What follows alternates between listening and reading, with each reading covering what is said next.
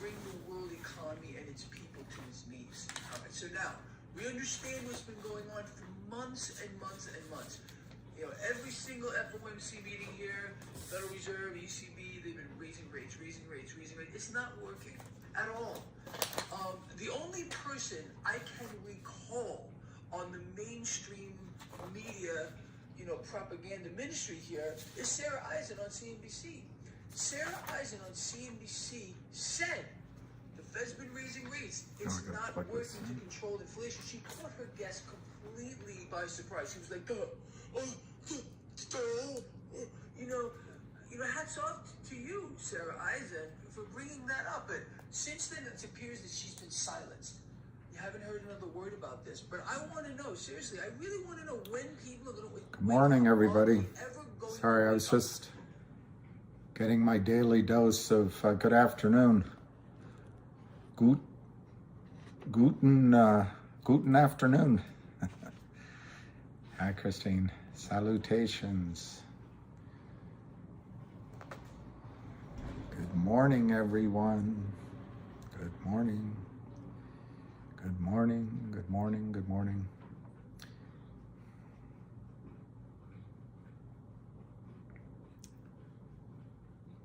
Is it down? 86 FRs? My guess, I haven't looked yet, but my guess is it's down. Is that...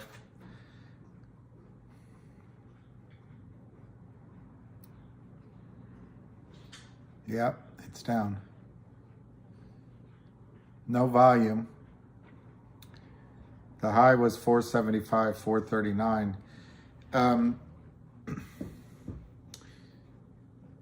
My thoughts on it, because I was going to try to discuss it a little bit with you today. One thing, which is probably irrelevant here, charts are irrelevant, but on the other hand, charts for some reason seem to work. The theory behind charting is that it's a way of measuring the psychology and behaviors of a group of people in a stock or in a market. And there's certain patterns. And the most simple, the easiest to understand example is partly what the FUD is that Kurt Kramer, everything I say is in my judgment, in my opinion. I'm not violating U.S. code, whatever the hell. But anyway, what Kurt wants you guys to have is FUD. And one of the way charts measure FUD, it happens in every stock. If you've bought in at $2 and it goes down to $125, if and when the stock comes back to $2, your FUD, your doubt, your uncertainty, you go, I'm just going to get out. Phew, I got out. Well, that's what charts measure on the way back up. That's called resistance. Alternatively, on the way down, you get a guy like a whale buying, and it's right now 435, 434, 436, 254,000 shares. It's very little volume, and I'm going to guess most of that is short selling. Obviously, somebody's buying it, and then washing, crossing trades, which is illegal. It's totally illegal. But anyway, on the flip side, when you have a buyer in there who bought a lot of stock at $2 in my example, and the stock ran up to $2.75, if for some reason the stock comes back to $2, that big buyer steps in and buys more. That's the theory. That's what the chart, the theory, the psychology of it is. So that's support. There's buyers there. So what charts give you is support and resistance. They try to project, you're just trying to guess where the stock price is going. That's by a long way of saying, after looking at the chart for myself last night, I was a little worried that the and I mentioned it yesterday on one video. I was a little worried that and I'm going to try to put a whiteboard here to explain things, but I was a little worried that the pennant had a slight upward slant to it, so that sometimes means the stock's actually going to go down. But the other thing I was worried when I looked is that let me just tell him I'll call him back. The other thing I was worried was that it looked like it was breaking down just slightly. Okay, that's all the negative I can say. There's charts. Charts are like statistics. You can make them say what you want them to say.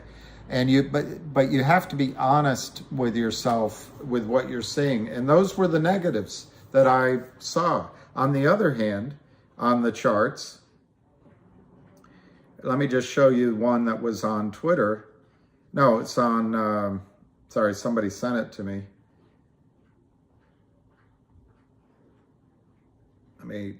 I'll save it, that way I can expand it.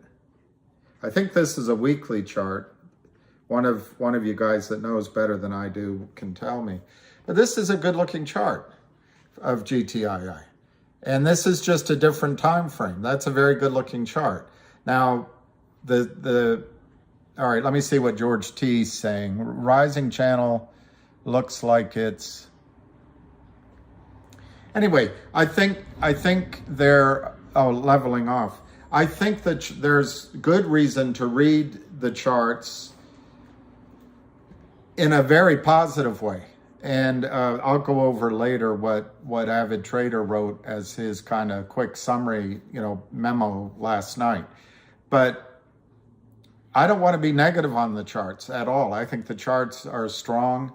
I think they're kind of irrelevant, but I think it's strong. I mean, if there's a squeeze from $1 or from $10, it's still going up high. But anyway, I did have those couple of concerns. So I'm not, whoever asked me that, what's going on, I'm not surprised the stock's down this morning. And I'm glad we're getting it out of the way. I'm glad that's out of the way now. I don't personally expect a sell-off to last. Let me find the price again. All right, we're down to 419, 420. So I missed my chance to do a quick switcheroo. I'm making that up. One thing you got to remember in your trading, and it applies to me now, Kurt Kramer's been doing this so long, a lot of trades are long-term. So it has to be a really good idea for me to even consider selling and then creating short-term capital gains versus long-term capital gains. So when I said I was going to switch out, I know I should never joke, but that was just a joke. All right, so that's my one point. I did see some cause for caution anyway in the chart with my limited technical abilities. And I mentioned it, so it's not after the fact. And I'll look again. I don't think this is bad though. I think in fact, one of these days, speaking from a technical indicator from a chart, one of these days the Kramers are going to do this, sell it down, and it's going to rally right back up, and that's going to be the biggest buy signal of your life. It's called a key reversal. There's another term for it. But if you can have the stock come down and then rally back to new highs intraday or by the end of the day, and that could happen today. So my concern was just a little bit on the short-term trading, and you have to be honest with yourself. Otherwise, what use is the chart? Okay, that's one thing. Second thing, it's Friday. They figure they can come in and get us flat-footed, short it down, and no one's watching. And I think it was Bob that asked me to come on this morning for that reason, because we're not going to sell. We're going to hang in there. I mean, do what you want to do, each of you. But I have a feeling as a group we're not going to sell, and they're going to be surprised. They're just, I want to keep this a clean channel, but it's like kissing your sister down here. They're just playing with each other and trading stock with each other. It's not, no one's selling. No one's selling. Now, if some of you took the advice of that boo bird on Twitter that said put in stop losses, and his chart, his analysis of his chart, I'm trying to remember his name, wasn't all bad. Anytime a stock goes sideways for a while, time, hold your arm up for a long time. Which direction is it going to go? It tends to test the downside a little bit anyway. But anyway, they could be coming down to test to see if there's stop loss orders down here, because he put it up on Twitter, and maybe they just want to come in here and see if anybody listened to that boo bird's advice. So that's, I think, two things I have to say. The third thing I have to say about it is margin calls. Kurt Kramer has a massive margin call problem. Now, whether it's a house call or a Fed call, and my distinction there is whether he can negotiate with it and delay it, or it becomes a mandatory buy-in. I don't know what the situation's he's in. But he's dancing. He's probably moving money offshore and back onshore, maybe, or between LLCs. He's probably mismarking trades. He's probably outright prevaricating, and he may have the assistance of Alpine. But it's big. He's trying to hide a monstrous problem from in my judgment, from his investors. And I guess I'll mix that in with the margin call. That's the other thing. He's coming to this weekend an end of the month report that he has to give to his investors. And so if he can keep this price suppressed, he can go to them and say, the market's down, like he said yesterday, fake Kirk. The market's down, you're winning. Our stocks are all down. All the victims that we lent money to, DDBM and GTLL and HPIL, and we had to settle the one with Venu, but we're making so much, and they didn't get all our money in Venu.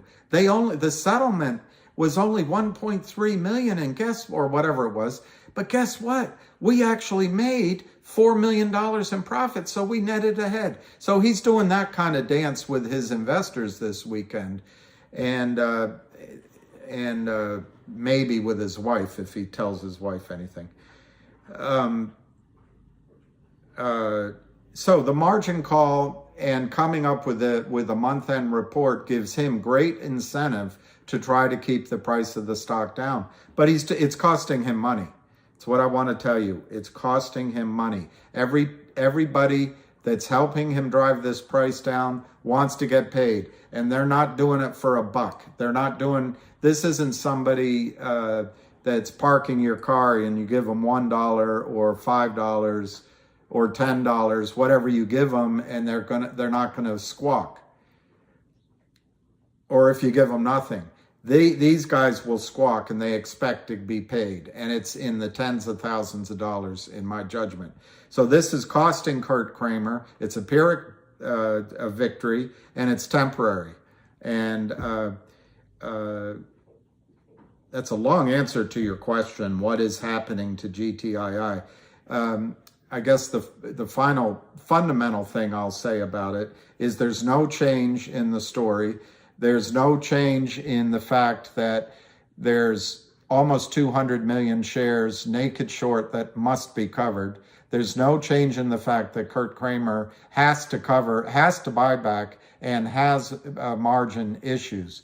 There's no change in the fact that Kurt Kramer is down almost $500 million in paper on this trade. Whether he's doing at arm's length in other LLCs or offshore, he's down $500 million. You can't hide that. The only way he can rescue that situation is if we all sold at once, and I don't see that happening. There's been no change in 1-800 law firm. They're doing the audit, but you have audit. Have you ever met an auditor who works quickly? Have you ever met a lawyer other than some of the high-priced transactional lawyers? Have you ever met a lawyer that works quickly? No. So that's still in place. The digital dividend rumors keep coming around, but the GTII made it clear. They've tried twice. They tried with the Shiba Inu coin, and they tried previously with some, I think it was going to be a newly designed coin. Both times they got shot down by FINRA and or the SEC. This time they're trying on a platform that if I name it, I'll be wrong. It's either T1 or T0 or anyway, they're talking to a group that can create a dividend of a crypto coin for everyone that's in the stock that's outside of the DTC system, and it will catch out the fake shares. Finally, the company did do these crypto tries before, and one of the times they did a share count, and it's before most of you got in here. But they requested that people like myself send in an affidavit signed, how many shares, and send proof of your statement as of, I forget what it was, July 8th or I just don't remember the date, but there was a specific date, and you sent a copy of your statement and a signed affidavit, a letter is all it was, a form that said how many shares you have. And because of what, in my judgment, were the enormous amount of shares out of whack, they put a press release out and asked FINRA to look into it. And I've heard some feedback, and I think that might get into the area where I shouldn't talk about it on a live stream. But I will say that I have 100% confidence that there is a massive problem between real shares and fake shares in people's accounts. What the account does, if I send to the company, I've got 1,000 shares at E-Trade. That all GTI has is an omnibus number from the DTCC saying we show 50 shares that you own E-Trade. And then I send in my notice and it says that E-Trade's telling me I have 1,000. The company says, wait a minute, it shows here only 50 shares. So the 950 is just an IOU that E-Trade put in my account. Obviously, that's an example, made up numbers. And while I was talking, I realized there's one last thing on, and anyway, it'll come as we're talking. And just remember, a lot of these sales are volatility to the downside because the Kramers don't know how to do anything else. All they know how is to sell. They don't know how to buy and let it go up and do a head fake and trade like a professional trader like Ham describes. All they know how to do is sell. And so they get their volatility by driving the stock price down, fake, illegally, wash trades, Gary Gensler. I don't know where the hell Gary Gensler is. This is all illegal. He talks about, in crypto, he talks about he doesn't want fraud, but he lets fraud go on in these markets that cause you angst. Now, on the other hand, in fairness, we're all in this trade I think we are, for a short squeeze. That's not Gary Gensler's job to make sure a short squeeze happens. But anyway, as I'm talking to you, it's recovered quite nicely. We're at 451. All right. I answered that question much to everyone's regret.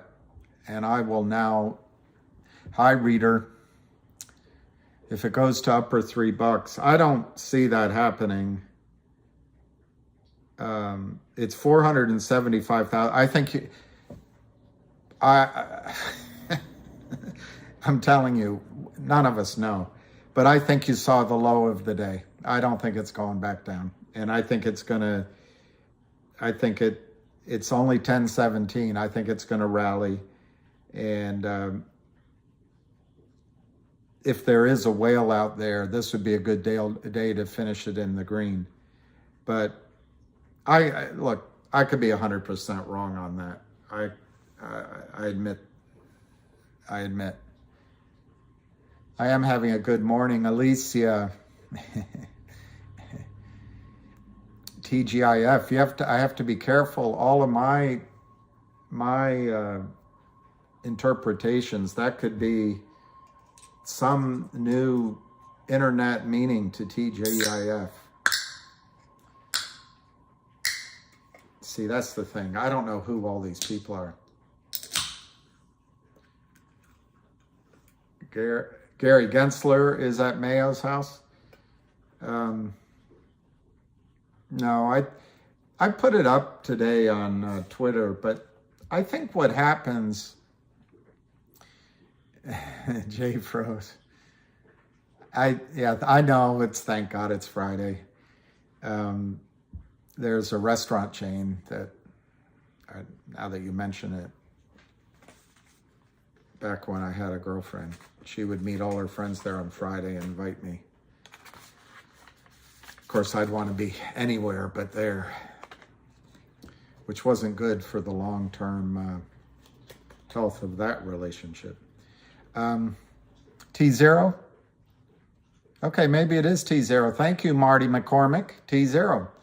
And that's the same one that Pat Byrne used.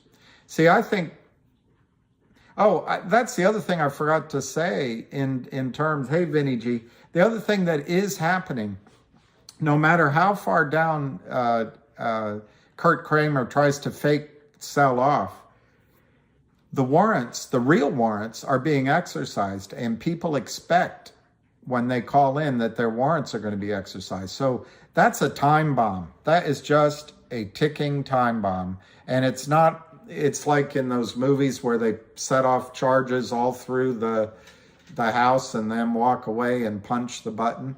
It's not just one bomb, it's many. Hey, Steve J. She invited me to pick up the tab. Yeah, but I saw it that she was inviting me to keep control of me. But she had some nice friends, and but they all smoked back then. And back then, everybody smoked. You know, you'd go to a bar and you walk out and you'd smell like a carton of Cools. And I never smoked. I wasn't a big fan of it.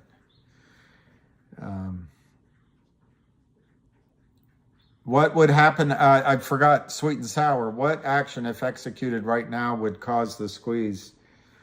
Well, you know, we're reading tea leaves, but I think it's pretty clear that $5 is a major number. Now, it might, as Yancey found out, it might be $5. It has to be above $5 for 2 weeks. So that's kind of disappointing. But on the other hand, we now know, I think, the number that really hurts Kurt Kramer.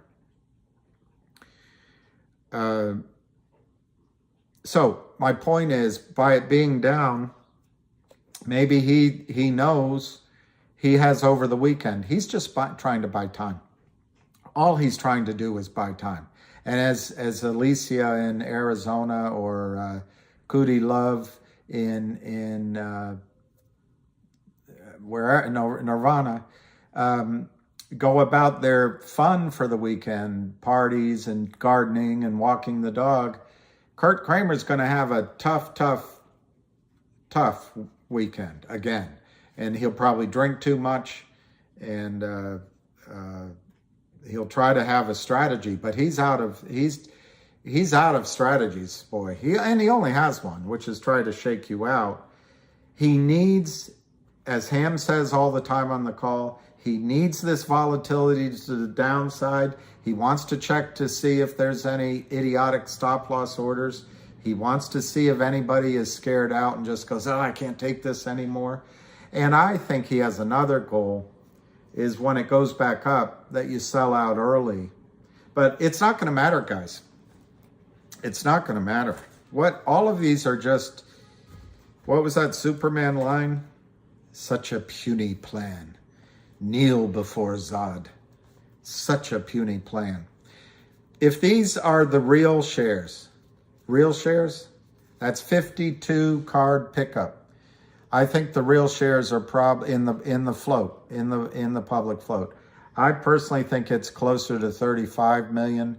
But if you add in the 10 million shares that were given for a an enormous ally to the company who, I'm forgetting the transaction, but I think it was that cryptocurrency purchase, but it might have been a different one. Anyway, there's a lot of benefit to the company. It's a year ago, but those shares can't be traded without certain restrictions. It might be minor, but there are some limits. So anyway, I think they'll get sold. So let's say there's 52 million real shares. That's the real shares, 52 million. Well, Kurt, before,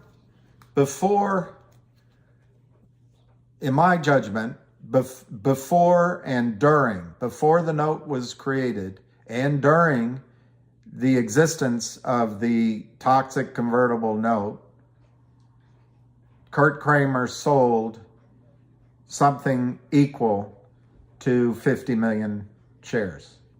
Okay, so here's the real, and that's what Kurt sold. There were, and it's basically all of us, but it's also previously, there were real shareholders for 50 million. Kurt sold to them as well. And this is all going to fall apart. So, real, when the note was in, there were already existing holders in the stock, obviously, and then there's been us. But during the sort of November to February timeframe, in my judgment, based on belief and information that I think is good, he sold another roughly 50 million. I'm just going to keep it rough numbers. So that naked. Then he sold 2 million to 3 million, failed to deliver every month for almost 20 months. So I'm going to call that another 50. Another 50. Last month, he sold 69 million. Another 50. And guess what? There were originals out there. So that's 200 million shares that have to be bought back. Or it's 150. Your number's better? Your number's better against these real shares. So, guys, he's in a much worse position than we are. He cleans this deck right here. There's 3 decks above him he's got to worry about. And by the time it happens, the decision's not in his hands anymore. They'll just keep buying and buying and buying and buying. And the only way to get people to let go of these real shares is to raise the price to the moon, So anyway, he's going to have a long weekend.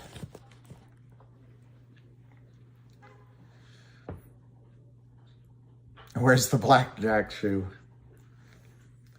I don't know. I always like going into a casino, but I quickly lose interest when I realize that you're not going to make money. What ratios do you look at for value of stock and short squeeze? Al Jolie, Jolly, I used to, before I met Ham, I used to look at how many days it took to buy back the short position. But all that information is tainted. It's like reading the Washington Post or the New York Times. You can't trust, when it gets into the political areas, you can't trust it. Other things they're really good at. And that's the same with these, somebody asked me why I lived in DC years ago, and I said the Washington Post. But it's changed, things have changed. News isn't hard, information isn't hard information anymore. It's just weird. So anyway, with the information that you see about real shorts, I don't trust it. But if you have if a position can be covered in a matter of days, you're not going to get a short squeeze. But there's so much more than just that information. For example, just to talk about Finger, I haven't talked about Finger. Christopher, today, I think the cost to knock the stock down could be, they sold 541,000 shares. I'm not good at this like Ham, but I'm gonna guess if the ratios are similar to the last days, I'm gonna guess that 60% or more is short selling. I'm also going to assume none of us really sold. So the other trades are wash trades. But when you call your buddy at Vert and say, I want to sell 100,000 shares at any price, and are you good for the stock? Oh yeah, don't worry. He sells it. He's going to come back I think at the end of the day. Maybe it'll be next week. I don't think any of these people selling today are going to want to carry this trade over the weekend. That's why I think it's going back up today. I don't think it's going lower. But that market maker that took that order when Kurt Kramer's selling, the market maker found a buyer or bought the shares. That's what market makers used to do. I don't think they do it anymore. But whoever did it, Kurt is going to try to get that moved over to the prime broker, where the real money is. And I don't know, but I'm going to guess that he has a pristine account that's probably his investors, and he's rationalizing it in his head that he'll make it up to him later on. But I'll bet he's stuffing bad trades in an account that has money. So my guess, on 10,000 shares, I would guess 10 cents a share. On 100,000 shares, I'd guess 10 cents a share to get that done. Minimum. So he did 500,000 shares today. He's got to pay the commission on the shares that normally go, not what I just described. So I would say this is costing him at least 50 grand. And he doesn't know till the end of the day when he gets the stock crossed illegally. But I bet it's going to cost him 50 grand today. And I was answering I was going to look at Finger.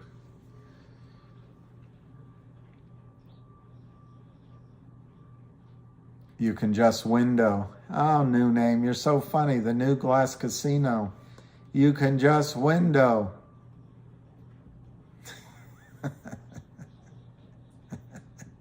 Hey, Rita.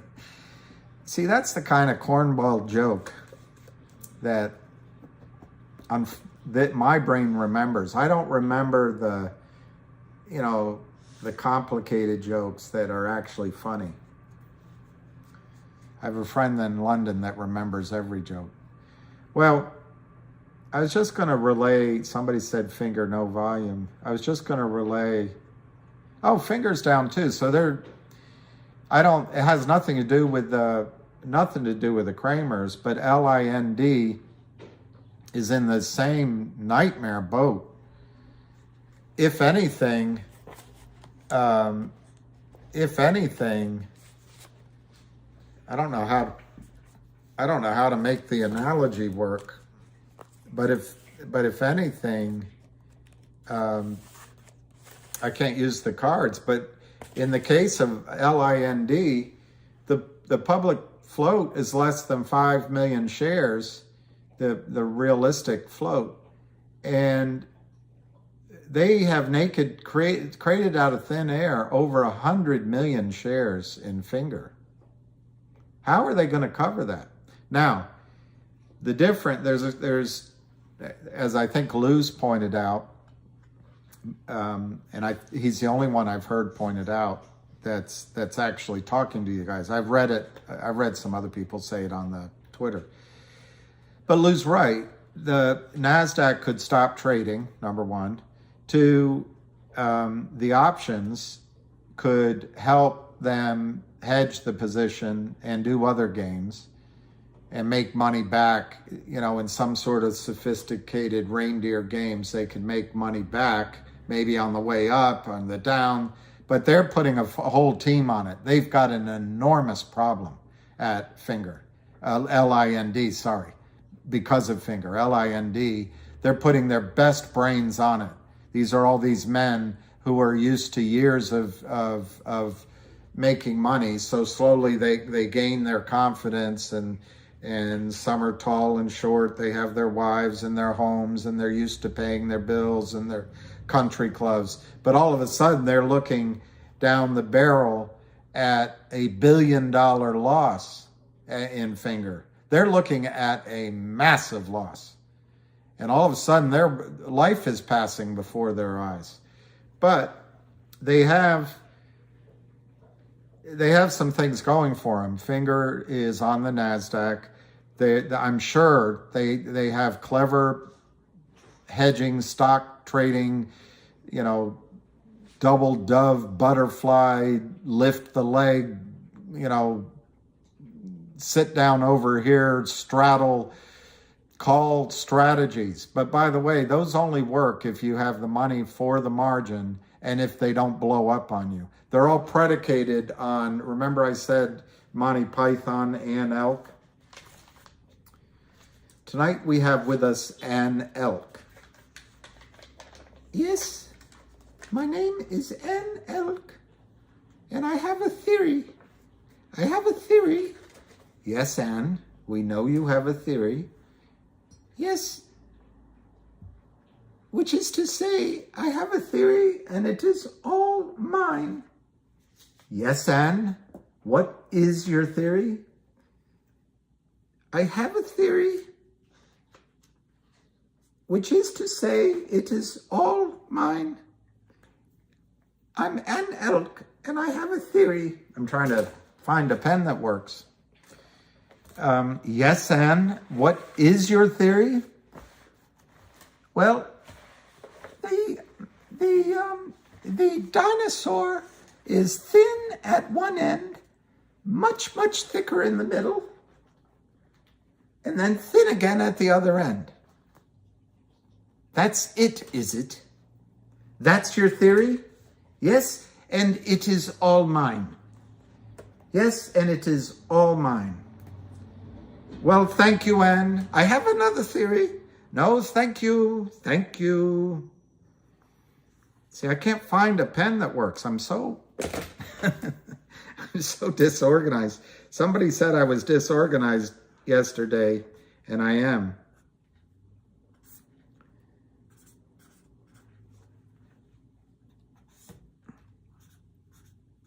But like the dinosaur, the standard deviation curve is thin at one end, much, much thicker in the middle, and then thin again at the other end. And I'm using the extremes. Somebody like, I don't know which direction this is, but I'm trying to point to the smart end. Somebody like Alicia might be in the top 2%, and somebody like Charlie Mayo might be in the bottom 2% of brains, for example. But in the case of doing these options straddles and butterflies and trades, they're just trying to play in the fat part of the elephant, of the dinosaur. But down in these tails, they call them fat tails, but these tails, the 2%, the 5% of outcomes, or the 10% of outcomes that cannot be hedged. That's where Lind, L-I-N-D, is in a lot of trouble. And I'm not sure they're going to be able to get a complete hedge on that protects anywhere near 80% of their loss or their risk. They might get a small hedge against their losses. But Lind has an enormous problem, and those partners walking around in the rarefied air of Madison Avenue and in all of their self-certainty are looking like the dinosaurs. L-I-N-D partners looking at extinction. They're looking at extinction. That's how bad this problem is. Now, they have weapons, though. They have weapons. And I don't know all of their strategies. I don't know how deep their pockets are. I don't know how big their investors' funds are. I don't know if they can call an investor. I don't know how big their other short positions, because these aren't pikers like Kurt Kramer. These are guys that probably get companies such as Finger that are real that have real businesses. Kurt Kramer operates down with companies that look like they're not going to exist much longer. So anyway, what I want to say about Finger right now at 640 is I think the upside's could be tapped, could be limited a little bit by some of their strategies. And but I want to throw out to you guys, and I know I'm doing a lot of talking, but I want to throw this out to you, and maybe one of you will remember that I said it. I think you're going to see within the next 3 weeks, 2 weeks, 1 week, I think you're going to see the difference between, if I can put it this way, professional crooks like L-I-N-D and these knockoffs like Kurt Kramer and Seth Kramer and Charlie Mayo. I think L-I-N-D is going to bite the bullet, and they're going to do whatever they can to buy back this mistake. And I think it's going to start when Finger goes in and says, we're buying back our note, which they have a right to do, and I understand they're going to do. And once that happens, I think you're going to see professional trading realize they made a mistake, even though they had all the advantages, and they're gonna eat their loss. And it's going to be massive, life-changing loss for them. But they'll make it back with their criminal trading, which is all sanctioned by the criminal SEC, all in my judgment. It'll take them 3 years to make that money back. But it would be better for L-I-N-D to do that than go out of existence and get arrested and go to prison.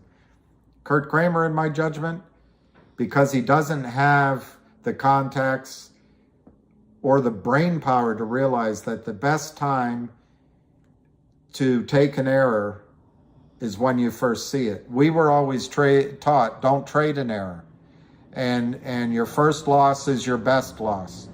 Just take it, eat it. And as soon, I'm sure they're schmoozing Finger right now and trying all of their devious charms to say, we'll give you this much money, we'll give you that much money, we'll sign here, we'll do that, if you'll just give us 100 million shares.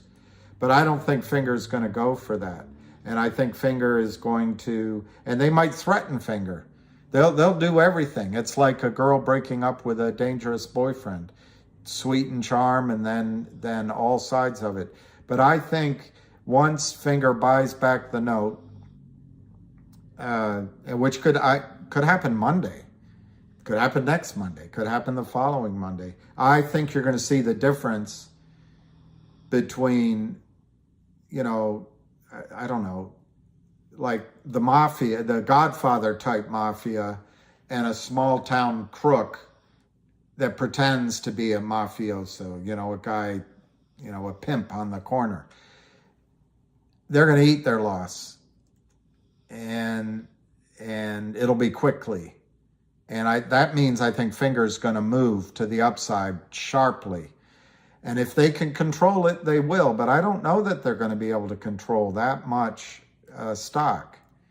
And I do not think they expected Finger to not leave the note open. All right, so I talked on and about Finger. I think Finger is in a great position. I think it's going to go massively high, but there's a caution I have that they have some weapons that only they know about and that NASDAQ and options give them. So anyway, I would be inclined to trade that, take profits, and move it over to somewhere like GTII. So anyway, that's my long-winded thing on Finger. I think Finger is going to happen very soon. I'd say next week, following week. And my assumption is that Finger's going to pay off their note fairly soon. So that's assumption number one. My second assumption is that LIND Partners has already sold over 100 million shares, failed to deliver, that don't exist. They know what trouble they're in. So they're going to take their losses. Now, the question is, how big of a loss? Can they manage the loss to make it less than $10,000 a share? And I think they have some tools to do that. But I don't, guys, I don't know what example to give you, but it's like that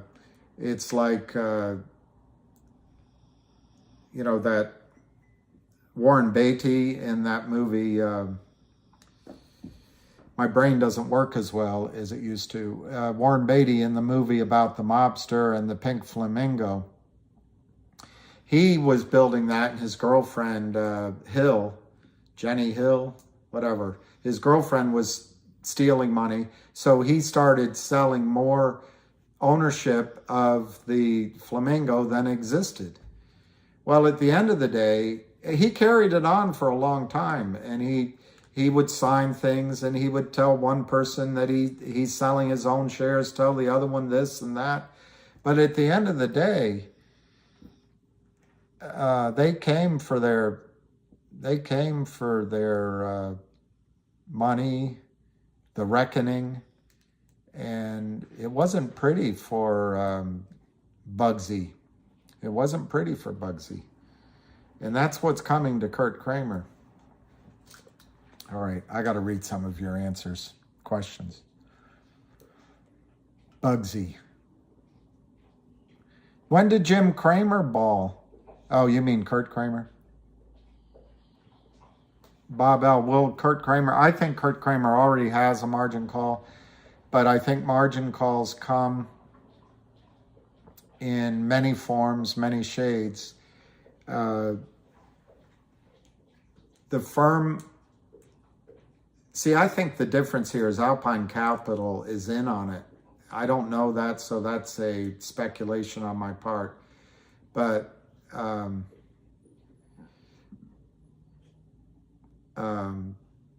I think Kurt Kramer, I forgot the question, darn it. I just got if the shares are fake? Well, Bink 911, why would they get a margin call if the shares are fake?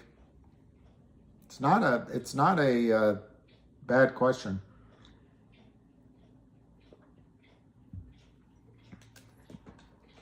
I think the Kramers are doing 2 or 3 or 4 things now. I no longer think they're able to sell short shares.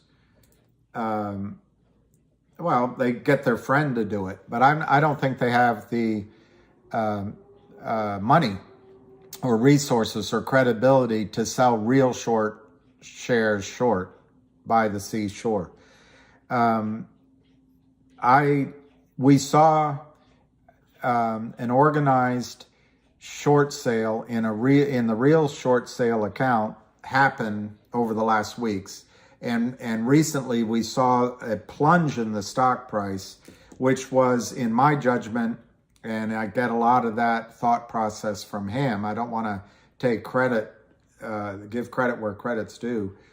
That was to drive down the share price so that Kurt Kramer could jam the prime broker with fake shares and deliver shares to whoever was handling the short sale, whichever brokerage house was, and cover that trade for a profit for the guy that helped him out.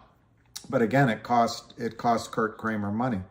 So anyway, I don't think he has the ability himself to short real shares anymore. So I'm not sure, Bing, that he can get himself into further trouble. He's probably already in trouble with some real short shares, but I'm not sure he can add to that pile of trouble.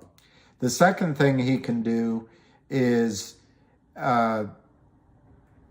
sell shares short if he has a prime broker or a brokerage or an account that he hasn't burned already. But by just calling in to the market maker, saying they're going to short it, saying he's located the shares. And so you could see short selling of fake shares in a different LLC that he never actually locates the shares that he, let's not put too fine a point on it, that he lied into the trade saying that he had located. So you could have a situation where he created a short trade with non-existent shares by lying. I don't want to use any other word. The third way he could do it is he calls up to market makers and he has yet another LLC. It's his brother, it's his mother, it's Leo in Tel Aviv, it's Sasha in Kiev. Who knows? It's through some other account. He can sell shares long. He can say, and the guy says, oh, do you have the shares? Yeah, I own them. Or I'm getting them. Or I've located them. Yeah. Oh, okay, fine. We'll sell it. Okay, fine, we'll sell it. Well, then, in that case, Bing, technically he's short the shares, but that trade is marked as a long sale, failed to deliver. So the cash sits in the credit balance, and in the asset side of the statement, it's got a failed to deliver. It's got a minus sign and a bunch of stars next to it that these shares haven't been delivered yet. And that gets phone calls from a legitimate broker. That gets phone calls almost every day. I had accounts that traded this way. I'm not saying they did these kind of short selling, but I had a lot of accounts where we anticipated delivery of shares. The difference was we got the delivery, and they were real shares. But sometimes I had to ask for an extension. So I know, I've seen it, at least on a retail broker's desk, what happens. And the phone calls come every day. I would come in the morning, Ralph or George or Vern or Marge would call, or there was another guy, Bill, that would come. He was supposedly a manager too. Hey, Bill, it's like Tension City. Why? Because everybody gets a run. They get the same computer run every morning. And it's a risk category that the cash is there, but the stock is still out. Now, where your question is good, Bing, is my manager and my regional manager loved the business because for a week they would have $10 million or $20 million sitting in the free cash account, the free credit account. No interest being paid. So they were earning interest on it, and this is back when interest rates meant something. And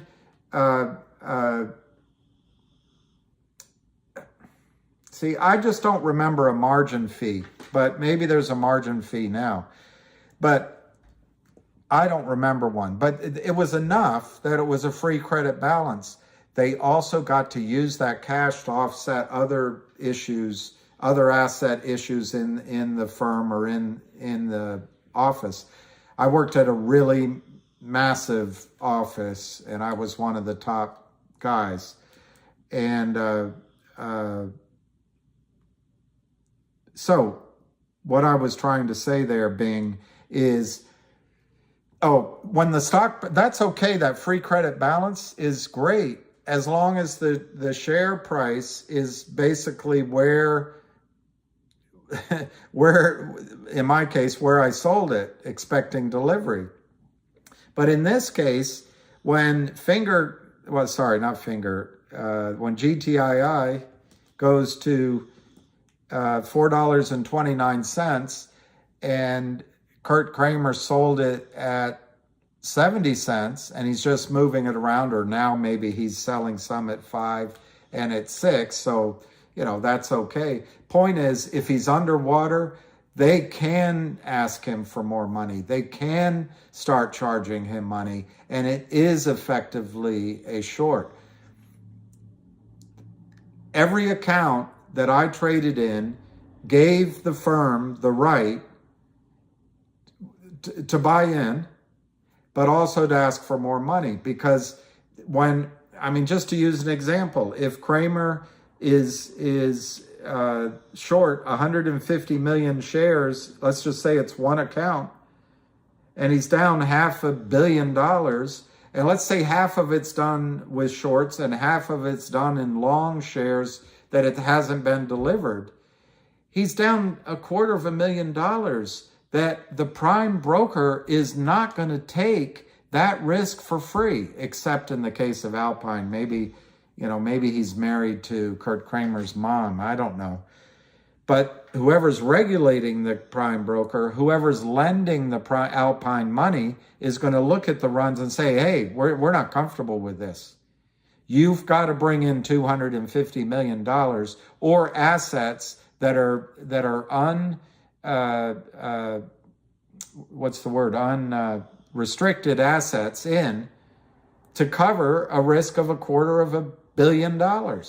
So, Bing, I think it's a great question, but when leverage is what the Kramers are all about here, and bullshitting, and they're puny players in a big pond, and they've exaggerated their power because it's always worked, and they have a lawyer in their pocket and his daughter. But the problem with leverage is it works beautifully when you can sell a stock to oblivion. But when it comes the other way, it can destroy you in a minute. It can destroy you in a minute.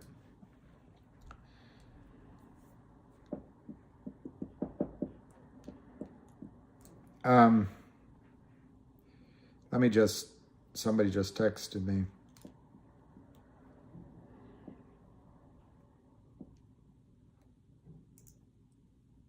I guess on Twitter, I didn't see the name. Somebody mentioned that, or asked the question that shareholders,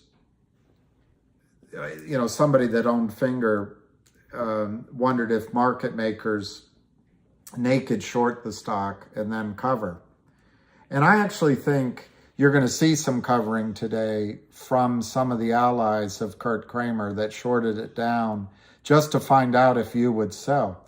But this question's different. This question is, they naked short the market makers and then cover, like I just said, which I think is partially true. But you look at a stock and you look at the volume, like Finger yesterday, there was a buyer that's close to Ham that bought 300,000 shares of Finger yesterday. When did the market maker get a chance to cover? What's hard for you guys to understand is that when this kind of buying pressure comes into the stock, you will see it. I guess because you were AMC and AME and APE'd to death, you don't quite believe that you're going to see these trades. But there's no dark pools here, at least not in GTII. I'm not 100% convinced that LIND Capital doesn't have some sort of strategy going on, because I just don't think they're pikers like Kurt Kramer. But having said that, I don't know how you cover 100 million versus 3 million real float.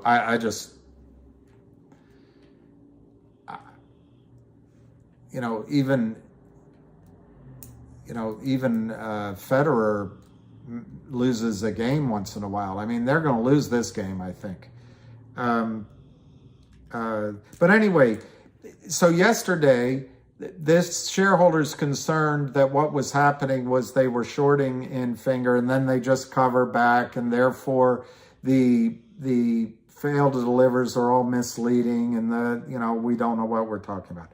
Well, they're not covering, and the majority of the FTDs in Kramer's case, they're not covering, and they're washing, yeah. But is that really a cover? Is that really a cover?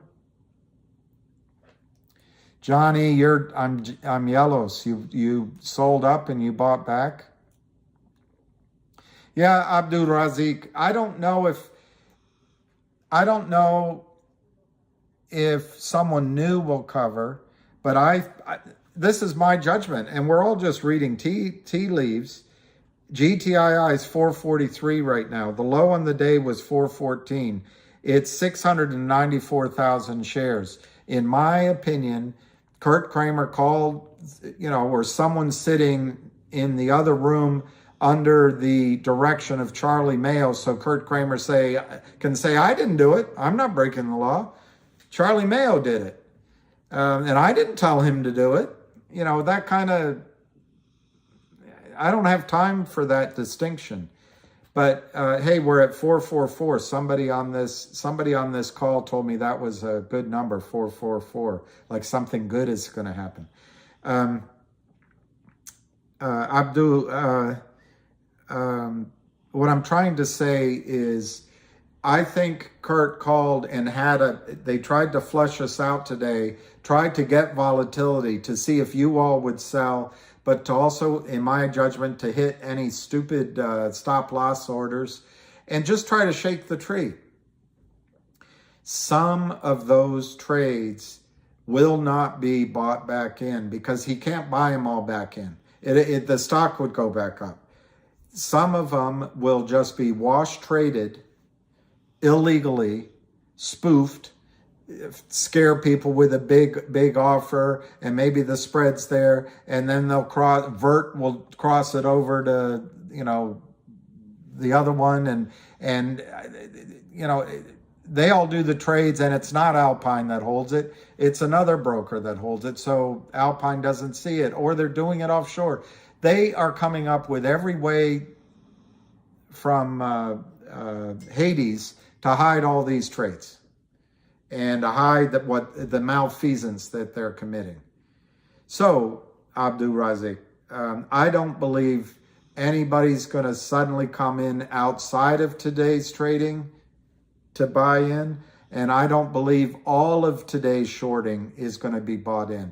But I do think, to the extent that the Kramers can't wash trade and force some of their good accounts, or maybe force their prime broker to without the prime broker's knowledge, or maybe by this time the prime broker should be assumed to know about it, since he should know about it.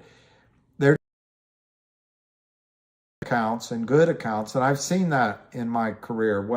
When brokers who think they're honorable start nibbling at accounts that are their friends or that never call, and moving the trades there, hiding the trade there for a while, it's all illegal, and it eventually catches up with them. So Abdul, what I mean is that there's going to be, I'll use a number. Today the trade's 725,000, but we're on our way back up a little bit.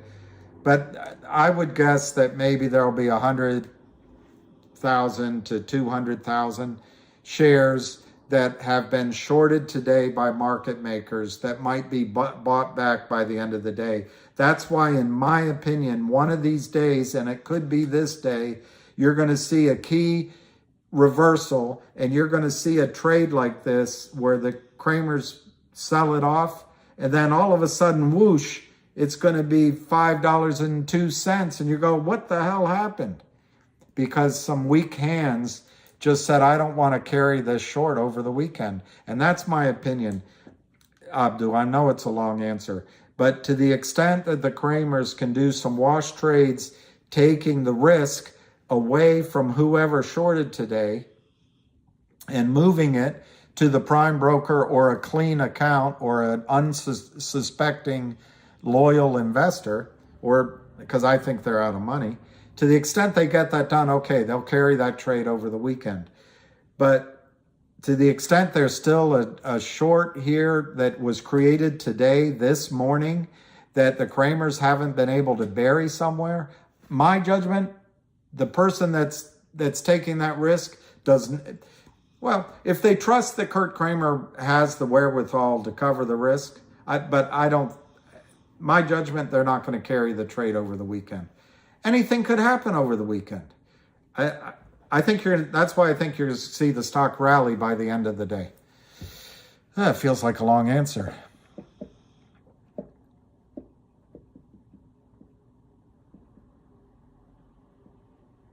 Yeah, there are no Mo shares. I like that. There's no Mo shares. That's clever. I haven't even had any coffee. It's gone cold.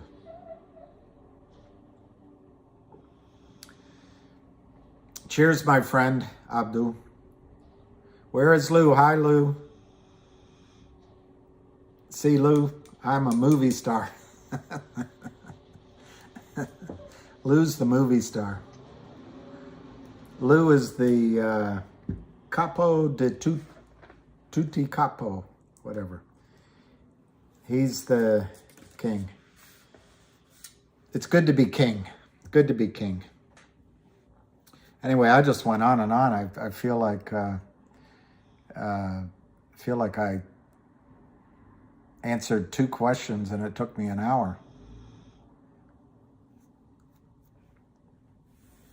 If a lawyer was sitting next to me, they'd be kicking me under the table. Don't say so much. Zizu, how high can Finger go? I think Finger can go to the bloody moon. However, the risk is, I think Lind Partners, I don't know Lind Partners, but I think they know what they're doing. So I don't think they would have buried themselves with 100 million shares short unless they had an exit strategy in mind. I don't think they're short sellers for dummies like Kurt Kramer. So the risk, if I give you a high number on Finger, I would say it could go as high as GTII. But the risk is they can stop trading in the NASDAQ. They have puts and calls that they can manipulate and trade and do something with. I don't know LIND's capability to create synthetic shares. So they could minimize a lot of their risk of a squeeze with doing that. I don't know.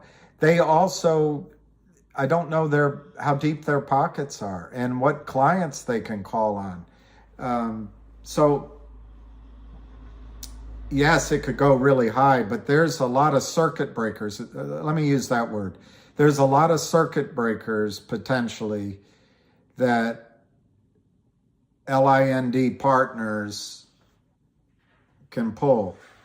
So I wouldn't be diamond hands on profits in finger. I'd let it run, have fun with it, but I wouldn't.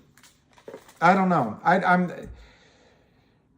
I wish I knew more about the things they could do in conjunction with NASDAQ, in conjunction with options and warrants, and with their lawyers creating synthetic shares and all of that. And I know right now they're schmoozing Finger to offer them the moon. It would be better to offer Finger $2 billion right now than the pain they're going to experience. But this is a massive problem for LIND. So that's my long answer. My short answer is Finger can go really high. But GTII can go massively high, and it doesn't have all those complicated ifs, buts, and whens. I missed your silly question, but I'm sure it wasn't silly. Yeah, it's a big club and we ain't in it. And once I'm in it, they kick me out. Somebody said I'm being emotional, I guess. I don't know. It's going too quickly. Teach them it.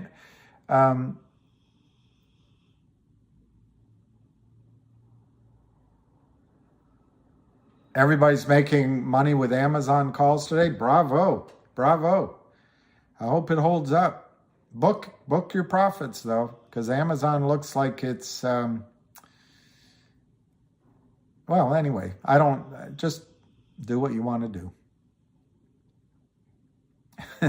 That's Groucho Marx, Java.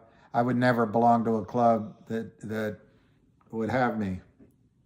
Randy Youssef, cheers. Oh, sorry. I almost answered a bot. But I will tell you guys, today's trading I think is excellent for the future of GTII. They're just adding fuel to the fire. We're down 35 cents. 733,000 shares, very measured pullback. Like I told you earlier, it was as low as 414, and I think it's going to rally by the end of the day. The bright B price DFW, the risk they might do it like AMC. Well, I have to admit, I'm not fully knowledgeable about what happened in AMC, but in general, the first run in AMC and GME was the run to profit from. What happened after that is it got out of control. Remember my dinosaur, where they try to protect their risks in 70-80% of the circumstances, but it's the tail and the headwind risks that all of a sudden blow the whole thing up, and they got blown up in those two stocks. But once they rallied upward, Citadel and CAC, whatever Michael Cohen's firm is called, came in, bailed out Melvin Capital, so that stopped some of the fire alarms, the 5-alarm fire, and then they took the weekend, and then they organized strategies. They had the ability to tell Robinhood not to buy. They had the ability to stop trading. I think they had the regulators on their side. They had puts and calls. They had and they had synthetic shares, and guess what else they had? Guess what else they had? Like the gambler at the casino who has an enormous, look it up, it's the Monte Carlo fallacy, playing roulette, always betting red. Somebody out there will know it. And it's, in theory, the house, it's going to go red, it's going to turn back to black at some point. So if you lose, you keep doubling your bet all the way out and you get your money back, or maybe if you're adding to it, you make a profit. Well, sometime in history, red or black showed up 30 or 40 times in a row. And that's that tail, that 2% tail or head. So what happened with GME and AMC, in my opinion, it got out of control, just like that run in Monte Carlo in 1929 or whenever it was. But the difference is, with that gambler, ran out of money. But with AMC and GME, in came Ken Griffin. Remember, O'Brien called the, the Overstock guy, called the Citadel the Fed? Well, guess what? My guess is the Fed came in to rescue the gambler on a losing streak, Citadel, Melvin Capital, CAC, and the rest of them.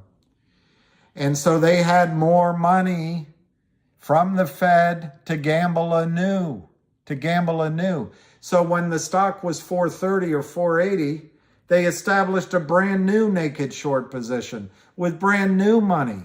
And they were able to drive it back down into your pockets again.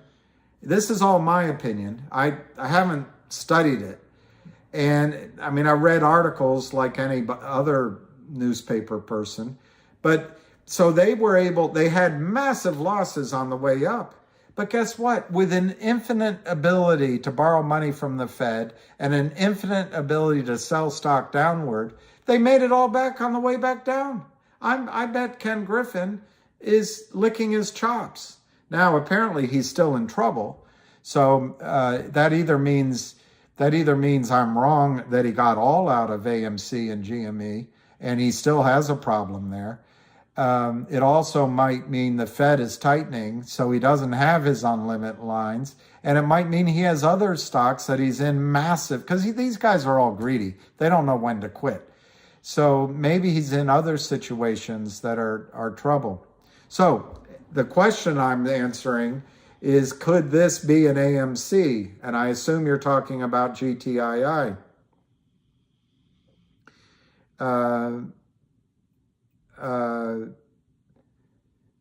I think someone's trying to break into my account. I just got a notice. Anyway, if they are, I'm not going to respond. But if they are and it all shuts down, I guess that's a warning. But anyway, if you're talking about GTII, I think there's zero chance. Well, no, there's always a chance of something. 2% chance that you could be AMC'd in GTII. There are no warrants. There are no call options and put options. There's no stopping the exchange. There's the CEO has no intention of doing a deal with the Kramers. So I just don't see it. In the case of GTII, I do not believe you can be AMC'd, aped, GME'd. Now in Finger, I'm a little less sanguine. But it doesn't mean you can't make a big profit in Finger. It just means, and that's the same thing with AMC and GME right now. I think you can make profits in those trades. They're going to run it up, but they know they could, within a channel, so to speak. They're going to run it up. You're going to make a huge amount of money.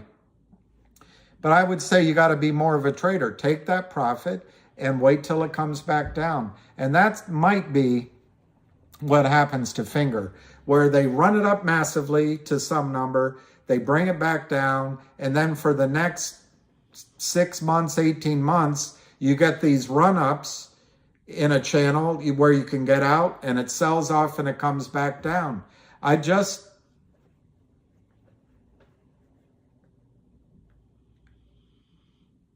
just not confident enough to tell you that LIND Capital doesn't have a way out. But having said that, if and when Finger buys back that note, LIND Capital is looking down the end of a massive shotgun barrel. It's going to be Gene Hackman at the end of Unforgiven. I don't deserve this. I was building a house. I don't deserve to die like this. And the the market's going to say, look at him and say, deserves got nothing to do with it. And it's over for LIND Capital. 105 million shares short that don't exist against a 3 million share float.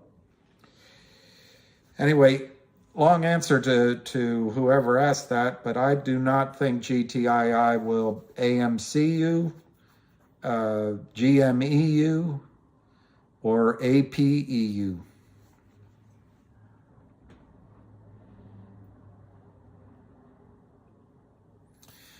Midterm elections.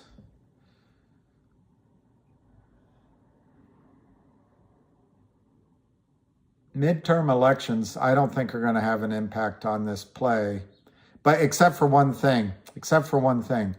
The Fed is tightening and liquidity is a problem everywhere. After the elections, the Fed and the current administration has no reason. And by the way, I do not think these are, I got to be careful. Let me put it this way. Pennsylvania has already announced that to get the election results is going to take 2 weeks. I'm not going to make any other comment than that.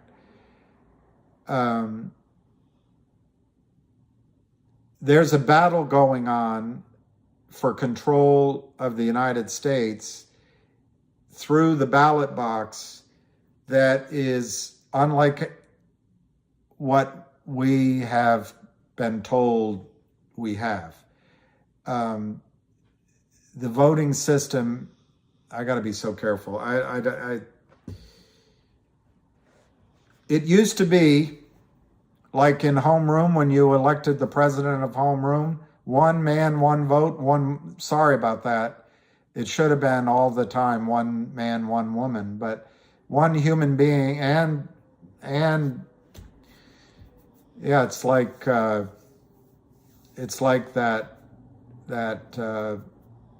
Family Guy skit.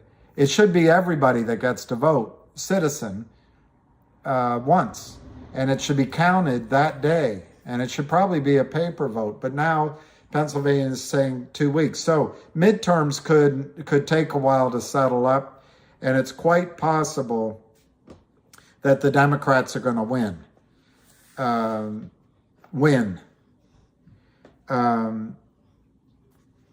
But Abdul Rizik, the only effect of the midterms that I see is that the current administration will no longer have to pretend that it's fighting inflation, and the Fed will no longer have to pretend that it's fighting inflation. And at some point, the central banks will start easing again. So maybe liquidity comes back into the market, but that would threaten the dollar and the financial system. But the only way out of all of this is to inflate and weaken the dollar currency. So it could be that for the big guys, there's going to be more liquidity. I don't see how it helps Kurt Kramer. I mean, unless he's meeting every single margin calls. What's that movie of the guy that went to Europe? Good-looking guy, good-looking woman, and he's a tour guide, and he pretends to be the friend of. Anyway, the lies are going to catch up with Kurt Kramer, and his credit rating on Wall Street isn't going to be good enough, even if liquidity comes back. So I know we all want to find the ways that we're going to be aped or AMC'd or GME'd, but I just don't see it happening in GTII. Well, RNVA, I'm not sure you could have sold it anyway for a profit. I mean, in a trade you could have, but once it settles here, I just think you have to wait and see what happens.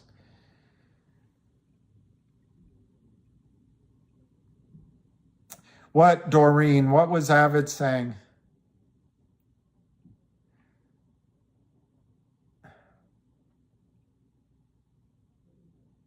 Okay, you're welcome. I feel like I'd take forever to answer these questions.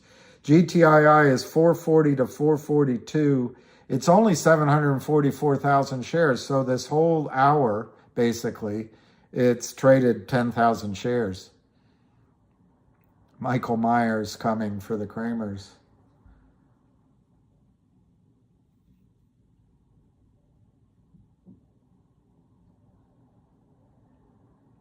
Yeah, quote marks. I don't know the question. So if it seems like I'm avoiding, is this done? I don't know if that's a bot by November 30th or not. Flip a coin. Yes, Chrome family. I think, and this is something I brought up early on. I'm not trying to take credit for it, but I think the Al Capone approach is the only way that you're going to get most of these short sellers, because they short the stock down. You know, the Kramers got GTII down under, under 4 cents. I don't even know if it got under a penny, but look at all the Kramer stocks. The companies they make clients, they all go to oblivion, but they don't go out of business, maybe in bankruptcy. But they just sit there. They can't do anything. So guess what? The Kramers have this big account, take the money out, go buy their white cars, eat oysters, hire expensive attorneys, reportedly buy $5 million homes, and they don't pay taxes on it. So I think the way that they, if no one else gets them, it's going to be the IRS, because those guys don't quit. Yeah, the shares have to be bought back.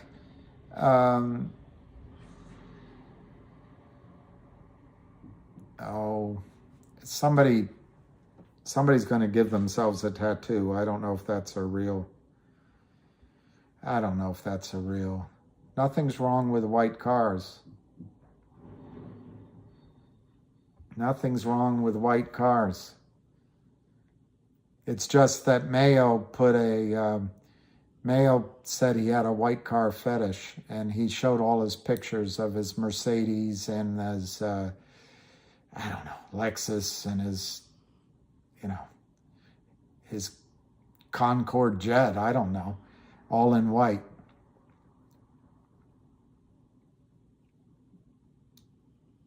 All right, thank you. I get confused, Abraham. I get confused who it is and who isn't, and it moves so quickly.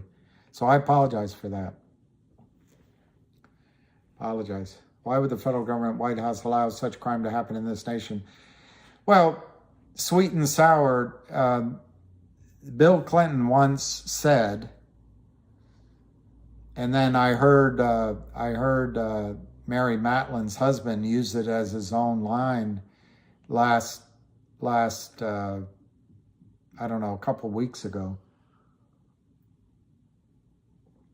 But Bill Clinton once said, if there's such a thing as reincarnation, when Bill Clinton died, he wanted to come back as the bond market. In the UK, I can't pronounce this guy. They got rid of Truffle, whatever her name was, Trusset, and they put in Nasheem Gisleem. Anyway, I think he's a handsome, maybe, I can't remember if he's Indian or Pakistani or it doesn't matter. But the point is, they put in a guy as prime minister who's a Goldman Sachs alum, worked at Goldman Sachs, and the Bank of England's in trouble. The pensions are in trouble. The bank had to do a pivot because there was a massive default crisis pending in the UK. And so Trusted is out, and in comes smiling, handsome, guy, but it's Goldman Sachs. And if you don't think they didn't arrange to put Goldman Sachs in there so Goldman Sachs can protect Goldman Sachs, you're more naive than I am, because I'm pretty naive. When Italy got in trouble with that boom boom guy, Bernaleschi, or is that the guy that built the dome, Bernaleschi, whatever. They put in a Goldman Sachs guy. When Greece got in trouble, they put in a Goldman Sachs guy. And I forget why this is relating to whatever question was being asked, but I think what's going on now is the banks are trying to take control of the risks they have in the markets, and the reasons that the White House and the SEC, Gary Gensler's Goldman Sachs, who got to look at all of the accounts of Shearson Lehman and the rest of and Bear Stearns first? Goldman Sachs. And I guess Morgan Stanley maybe as well. But that bald-headed guy played football, came into the White House under GW. Remember GW said, this sucker's going down? Well, guess who was in the White House and put in charge of the $780 million bailout? Goldman Sachs. So it's a good question. It's a question I hear a lot. Why would they allow it?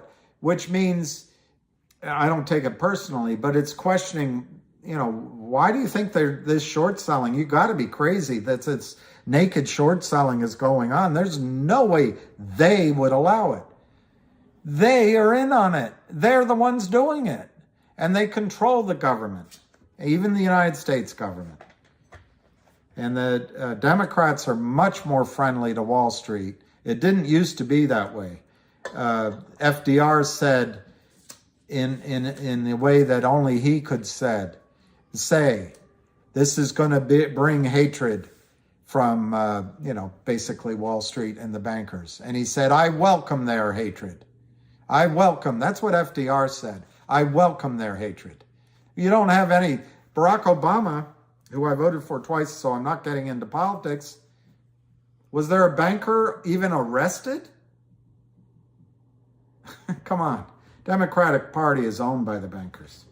So I appreciate the question, but I don't think asking why the White House would let this happen, why the SEC would let this happen, why Nancy Pelosi would let this happen, why Congress would let this happen, why FINRA would let this happen.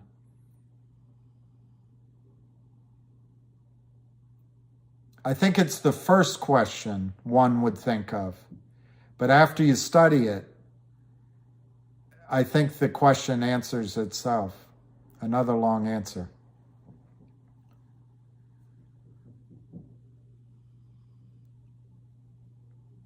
I had a roommate that used to say, the masses are asses.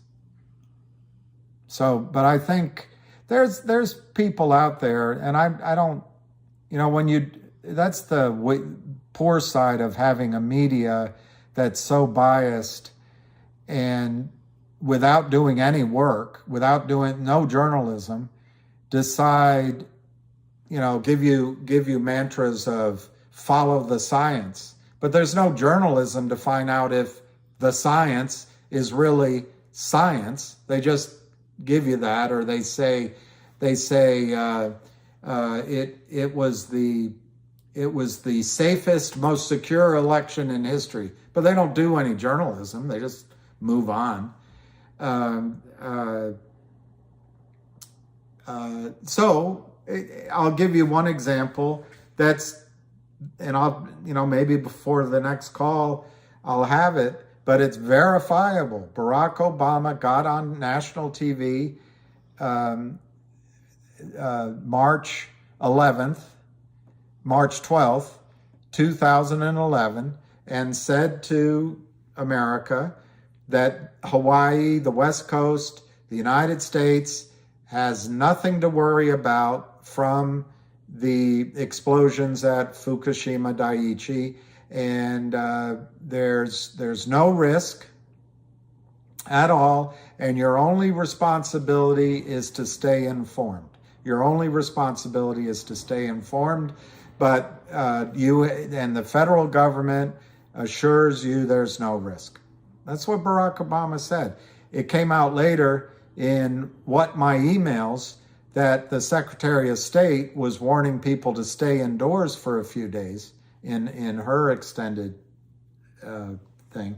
And if you're older than I am, you may remember that the Japanese, in order to fight the United States in World War II,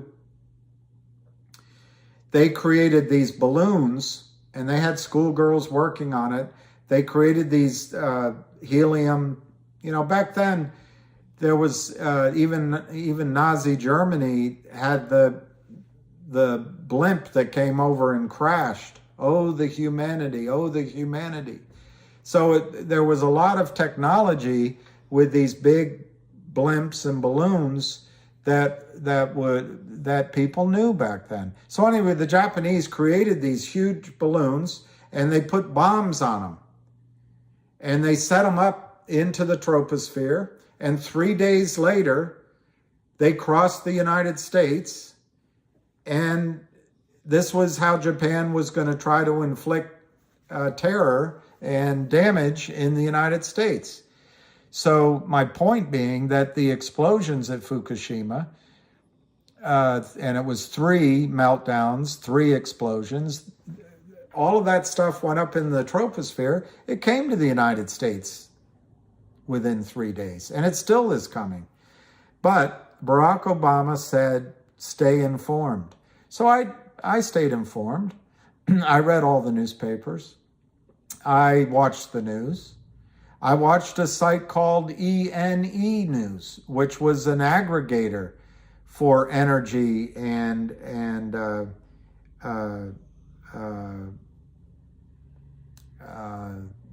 somebody's trying to get in my account, for energy and for nuclear news and Fukushima news. Well, slowly but surely, don't call me Shirley, the big media news, the CNNs and all, they stopped talking about it. You don't see it in the New York Times unless it's in the back page and it's diluted. It's not in the Washington Post anymore. And then they shut down some of the online, and sure enough, Barack Obama stopped talking about it. Well, in Japan, they made it illegal to take pictures or to make text message or say anything about radiation, or if you're getting so that source of news disappeared. Well, then ENE was shut down. It's a very long answer to why some of us are left searching for information in alternative media sites. And you can't always trust the news you see in the alternative media sites either. So it really becomes difficult to do what Barack Obama urged us to do as citizens, stay informed. But there are people out there arguing that the banks and the corporations just want to take the last bit of money from us, the middle class, before they crash the whole system. And I don't know how to judge that. I gave you that big preamble because I get that information on several sites, but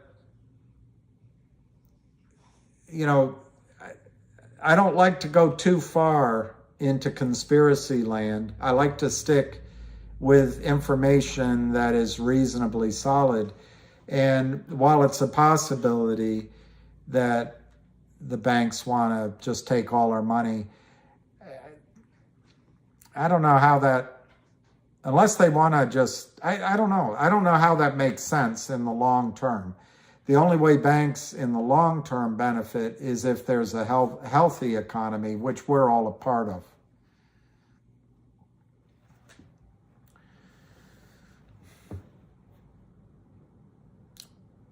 Lou did tell me to stop streaming. And, at lunchtime, sometime, instead of leaving it on, I'll probably just turn it off. I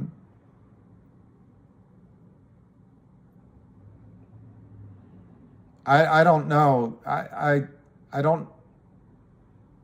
Anyway, but I've gotten a lot of pressure to stream and to do videos, and I don't want it to be a controversy.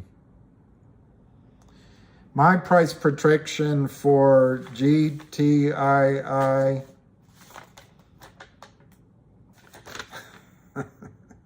is that legible anymore? That's my price prediction. I think $54, you've got 95% chance. $86, you got a 90% chance. $540, you got an 85% chance. And $5,400, you got a 15% chance.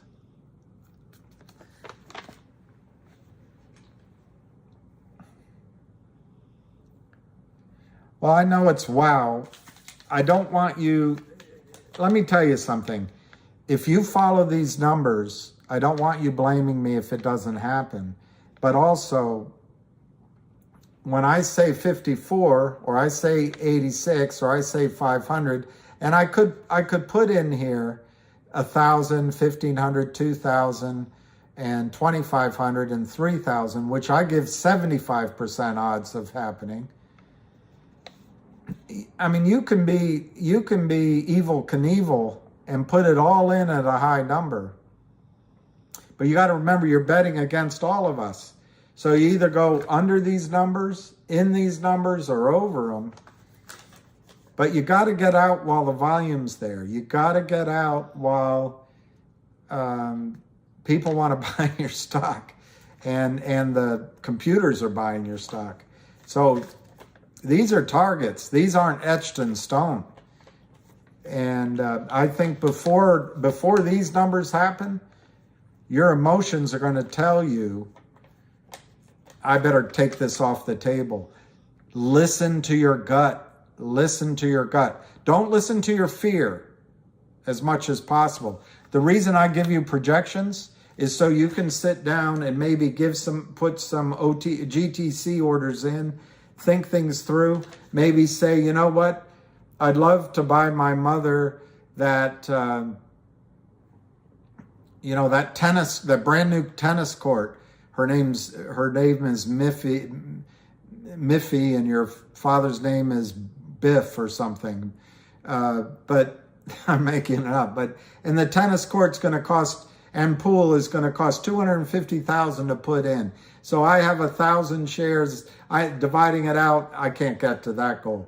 But maybe if I have 10,000 shares, I can get to that goal. So anyway, I'm giving you these targets so you can do a little planning, have some GTC orders in, make sure on the day it finally goes that you've eaten, that you slept well, you have some sugar, and as you're watching it, you can process information. The only two things you should be looking for is the volume and price at that point. But trust your instincts where you want to get out. And hopefully you're money managing it so you've taken some off the table as you go for these higher numbers. And by the way, I might raise these targets. Right now, whoever asked me that question, right now I'm basing my breakout number on that number, Even with all of this shilling around down below, I still think the charts tell you that once a buy-in happens, it's starting from a level of about $5.40 a share. If we churn around at a higher number, I'll use a higher number. But I think this is a once in a, and I think Lou got you in it, Avid got you in it, but the guy that deserves, the guy that's Spartacus, the guy that's Churchill, the guy that's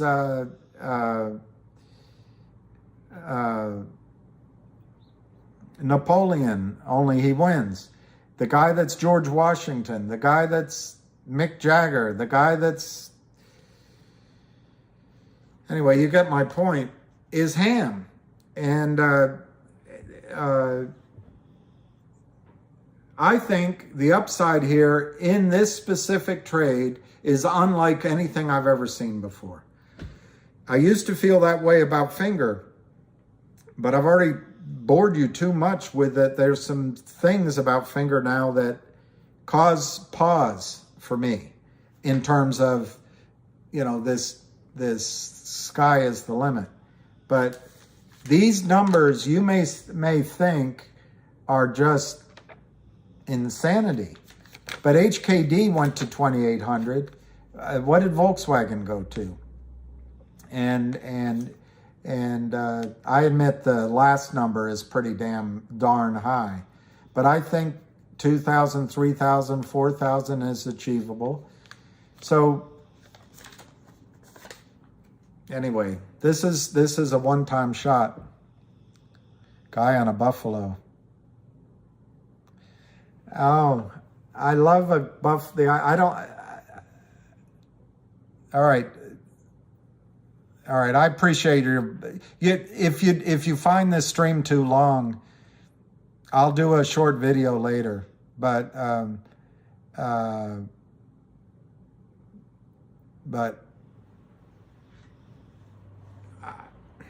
don't know. I get conflicting information. The other thing about doing it live, it doesn't take forever to upload. When I turn this off, you have it. But I can do, you know, I'll listen to that. I'm reacting, so I must be wrong the way I'm reacting. I'll try to do shorter ones, but like right now, I'm answering these questions. I guess what you really should say is keep your answers shorter.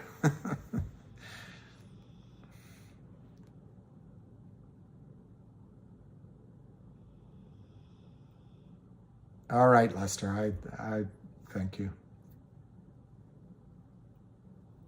Yeah, it's not a bad idea.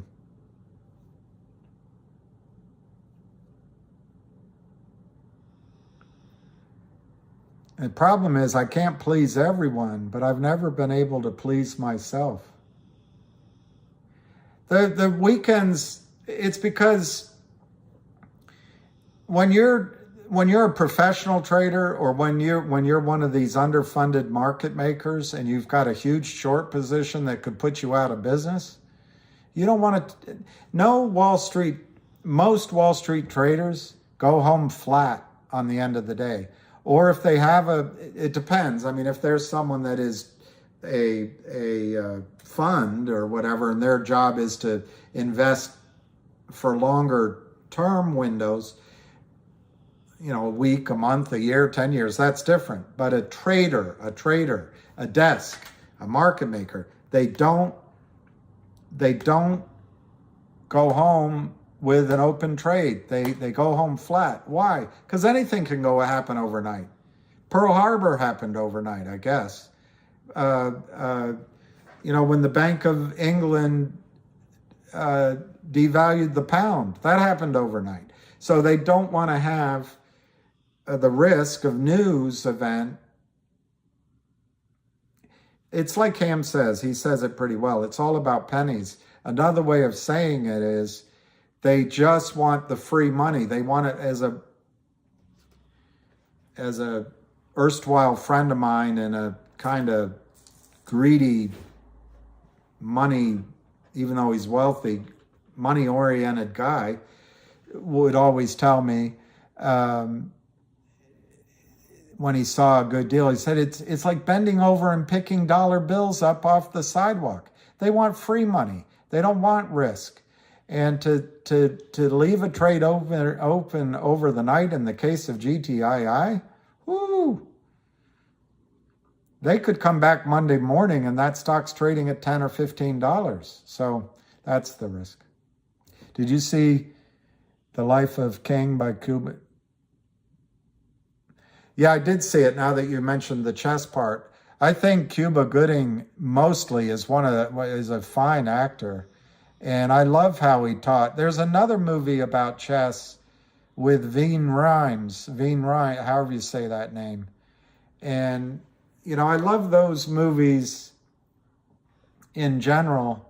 It's a lot like Denzel Washington said in an interview. He said, you know, young boys, but all children, they have to grow up with a father. And if you don't have a father, the street becomes their father. And those movies are just about showing young men.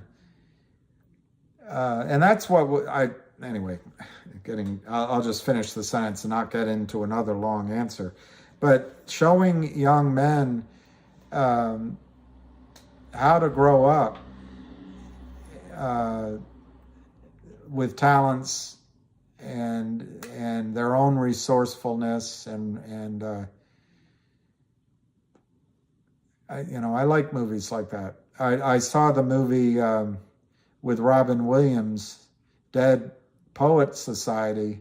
I can barely remember it because actually it was one of the few times, I don't cry, but that was one of the few times I cried.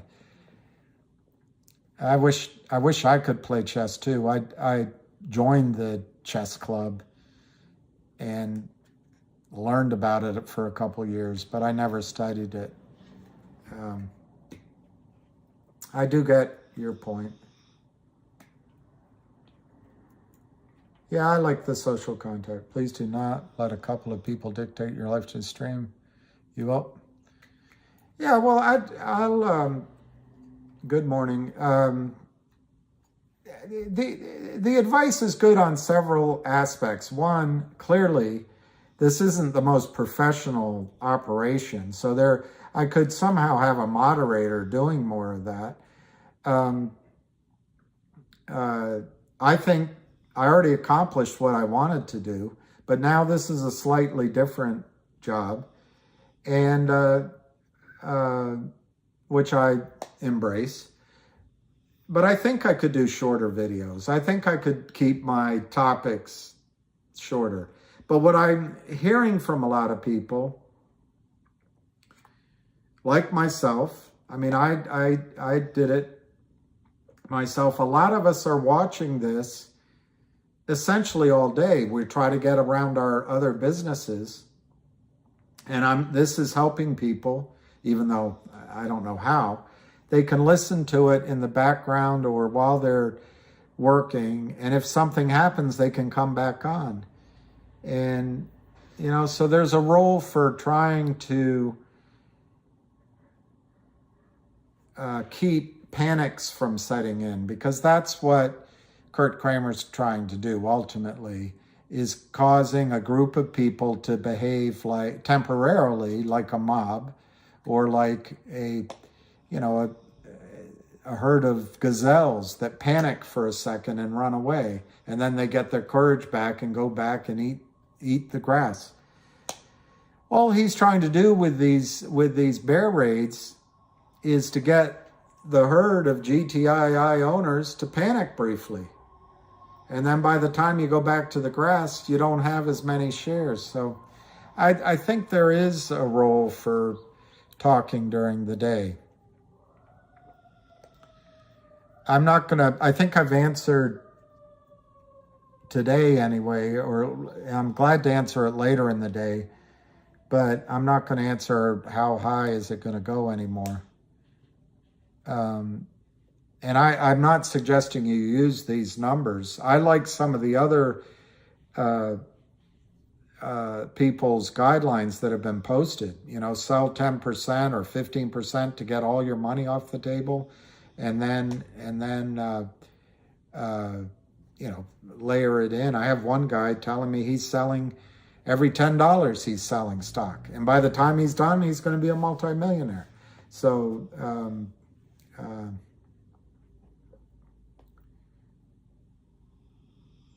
all right, Doreen, I hear you. I see, Doreen, what you're saying. I'll give a dollar amount then. So if Kurt Kramer wants to trade off a dollar amount, I'll say that my target is $5,400. So let's see how he can hedge off of that. There, I like Steve Mertz. I like Steve Mertz's, and I didn't have a chance to read it.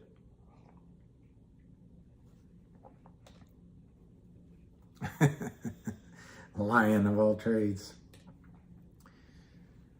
Morning coffee.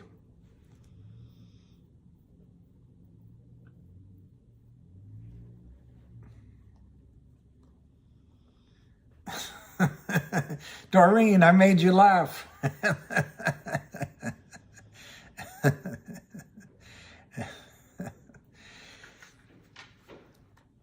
Look, I figure I can do the streams because, frankly, during the day, for me, I'm watching the stock anyway. I might as well watch it with you. There are other things I need to do in my life, but this, as I told Lou, I guess through this medium, and I've said to him many times, and to Avid through this medium and others, now is the time. This is the time to close this trade out. And I don't want to be distracted. I've admitted to you before that I was discouraged that Finger ever came up because I think it's a distraction. On the other hand, as I gave it a lot of time today, it's an enormous opportunity to make money. And there's some other stocks that people are bringing up. What I'm noticing, guys, if I can say guys, or do I have to say guys and gals and sound like a Broadway play? What I'm noticing, when I first got in the business, the over-the-counter market was coming through the end of a frothy period. And my judgment is that the regulations are in place for what happened in the 70s. I wasn't in it in the 70s. But, that was a time where, the book Rabbit is Rich, Jonathan Updike, talks about his character, Rabbit, I forget the first name, makes all this money in gold. It was the same thing happening in the over-the-counter markets. And I think the rules came in to address some abuses. But now we have different abuses. And anyway, I'm noticing that the over-the-counter markets are starting to come back to life. And I'm also noticing, mainly through my interaction with you guys, there's a demand for it. People are interested in it. And I said it on a tweet earlier, but the over-the-counter markets used to be the go-to place to raise capital and form your company. You started with your friends and family, and then you floated and you met your goals, and you could raise money in the over-the-counter markets. And then eventually, if you got big enough, it's how Microsoft started and Apple started. But now these pools of money that all went to the right schools and all know each other, the only way to go public is if you're somehow selected by a venture capital firm and they seed you, and then they have all sorts of rights to fund you, and then you're kind of their employee. And then, anyway, I won't go through it all because I think I'm going too long on this answer.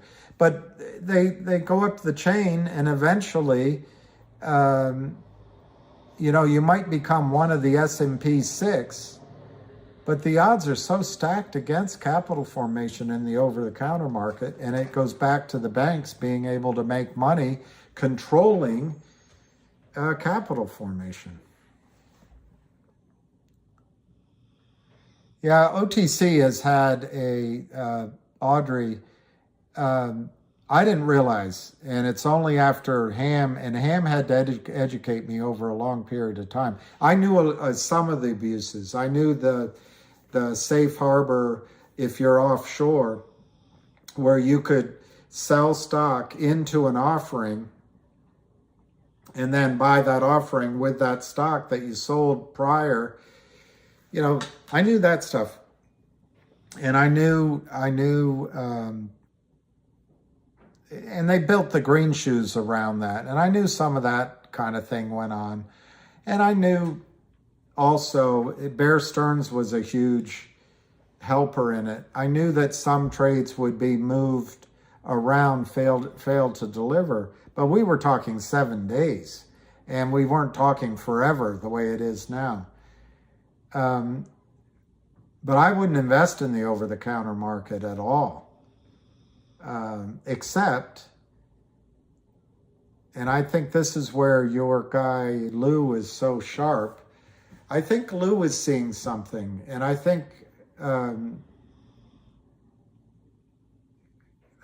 I guess I would say it that way. A vision is forming to Lou, and I think Lou has good instincts and maybe sees around the corner a little bit and realizes that there is a demand, which I'm seeing too, but maybe from a different perspective. And you're just learning me, so you can only take it on faith. But some of these ideas I've had for years, and I've shared it with a couple of friends, but you can take the strength of an idea away if you share too much, because then you don't do it. You already gave it away, you don't do it. But there does seem to be a demand, going to Audrey, for over-the-counter again. And what Wall Street's done, that $5 number, they've defined over-the-counter as risky and inappropriate for investment, even though some of the S&P 6 started that way. They've removed the ability to hold those shares in now what are basically 4 large firms. They've removed all research. There's a stigma on any research because it has to be paid for. They don't make markets in it. And then they allow, there's no uptick rule anymore. There's no fair market system but buying and selling. And they allow unlimited intraday, and over a year, Kurt Kramer can sell unlimited amount of shares. You can only buy once with the $1. And maybe you can expand it. You're not allowed to put it on margin to buy more. I think if Gary Gensler wants to make it fair, intraday, he should allow all buyers to buy as much stock as they want in an over-the-counter stock, buy as much as they want, without having to pay for it, as long as they sell it by the end of the day. And if they get caught with a loss, he should allow them to tell the broker that they're going to locate the money. It might take a little time, but they can punch button F4 on their computer. They don't have to talk. They just punch button F4 to tell the brokerage firm that they're going to have the money.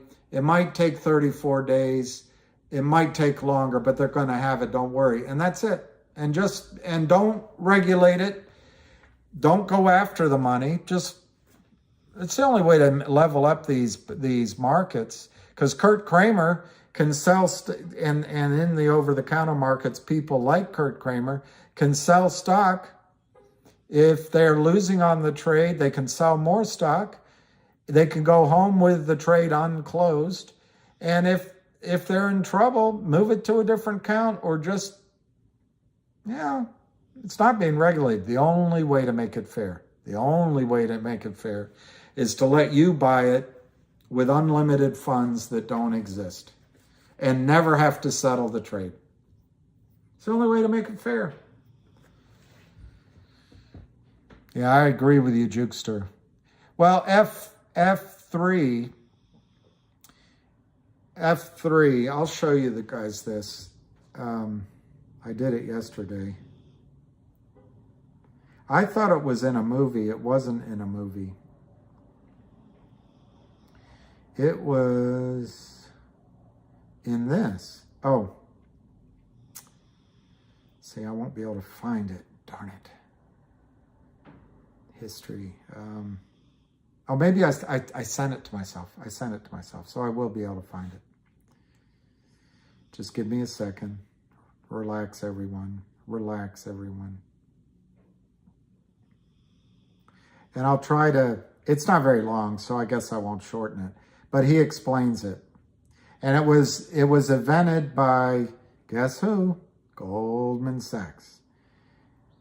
The button F3 was invented by Goldman Sachs. So you guys want Gary Gensler to come in and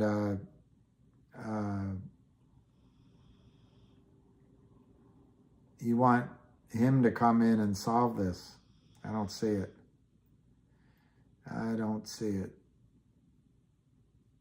All right, well, I can't find it right away. Yes, Stacy, that's exactly right. F3 is in a documentary, and I'm looking for it right now. I just write. I might have done F3. Maybe I did that. No, of course not. Short. I might have done short. So whoever gave me that advice, I take it, even though I reacted. I take it, I hear, maybe I should not do this, maybe I should do it shorter, maybe I take it, I hear it. I'm a little bit not sure what to do. But here's this one. And it's in here. I turn the volume up. You have folks that are still, in the industry, and they've been like, I wouldn't advise you to talk about it, blah, blah, blah, blah, blah. But I think that they're living, they're all living in kind of a fake world. I would, illegally naked short sell stocks every day. Every day. As long as I was collecting commissions. And the bank did not care. The client will send you an order electronically. All you do is you click on the order, you go to execute, it'll pull up a little box, you type in anything you want, and you just hit okay. You don't ask questions. You appreciate the order. And if that involves shorting a stock naked, you do it anyway.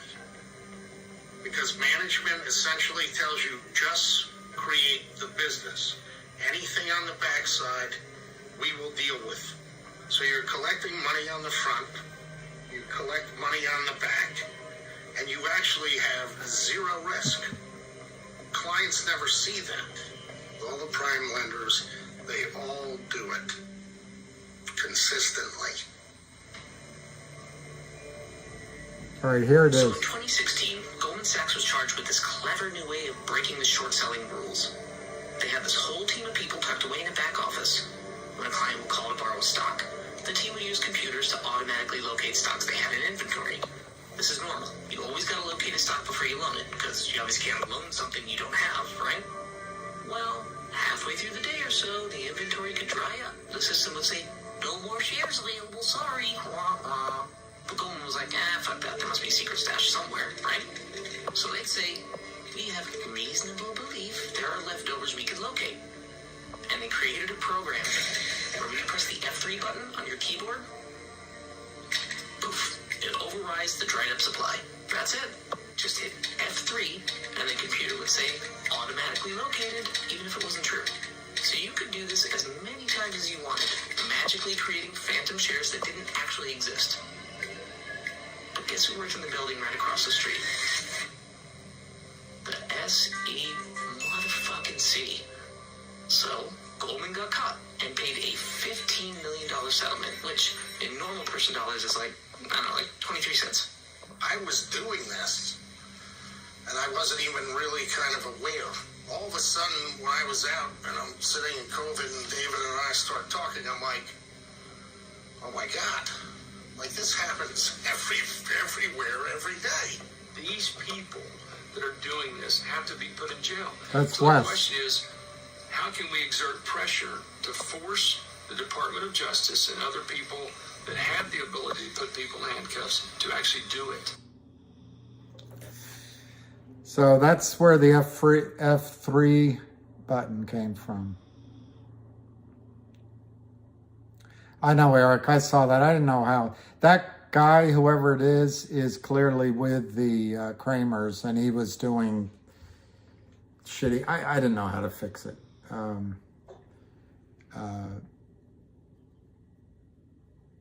Yeah, Audrey, I think, my goal here, we're getting so distracted on all of these other things. The only way to hurt Kurt Kramer,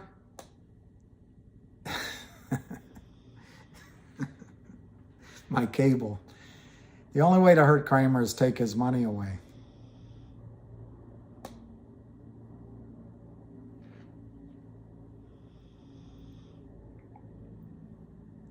I know Jenny L. Jenny L's one of the thinkers amongst you all. It is supposed to create liquidity, but let me ask you a couple questions. Does a dark pool create liquidity fairly? Does the ability of Ken Griffin to nanosecond front run your orders create liquidity? Does, in the case of GTII, the fact that no one buys on the market makers just sell, they don't buy, does that create liquidity? When the market crashes, where's the liquidity? It used to be, Jenny, that a market maker had to maintain the market, bid and ask. And I went down on the American Stock Exchange, New York Stock Exchange many times and met the traders. And then trading desks would do it too. But if a ton of money came at a market maker, he had to make a market. He had to buy it. Unless it was so overwhelming, then it stopped trading legitimately while he balanced his book, or she. They were mostly men at that time.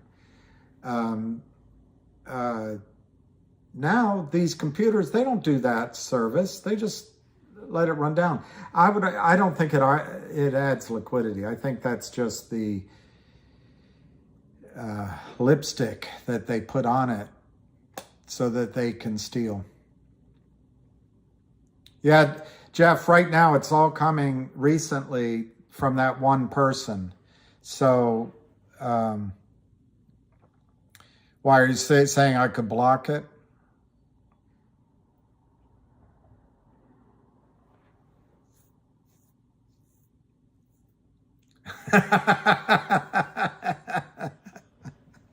Ahmed.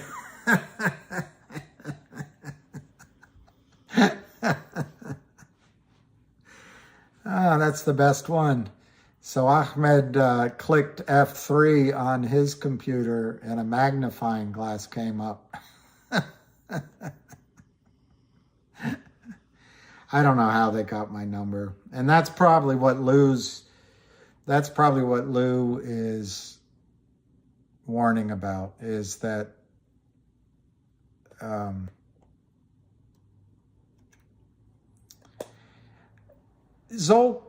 Zoclean, I'm not sure about that. The 3.9 million order might likely went into a dark pool, so they are using it. I mean, I'm thinking about your question, but I don't believe that is the case. Because I don't think there's any dark pools, but it might be with finger. Oh, all right. Maybe I'll deactivate. That's good, Jeff. I'll do that at lunch. Deactivate notification banners. Really, Zoclean? Where can I find that? Dark pool volume. That's really interesting. And it makes some sense because one guy, there should be a button right next to the magnifying glass.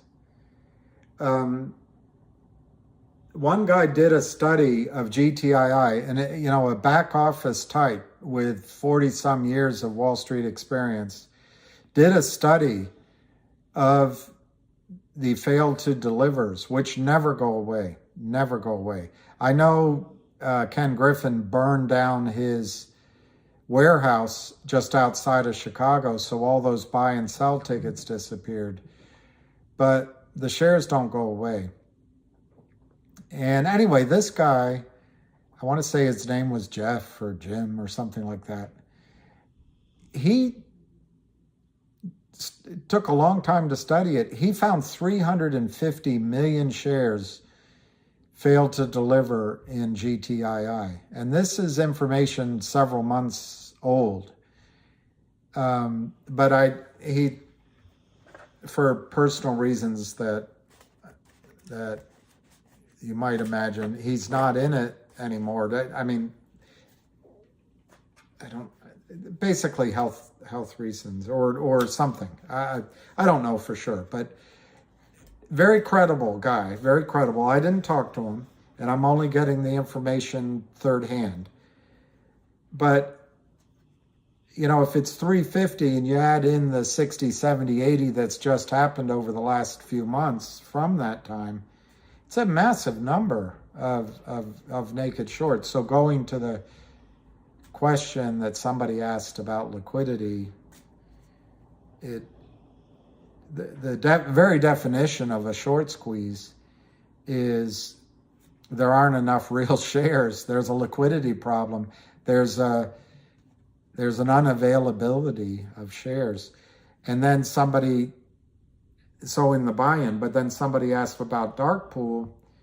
That would explain where a number that large could actually be real.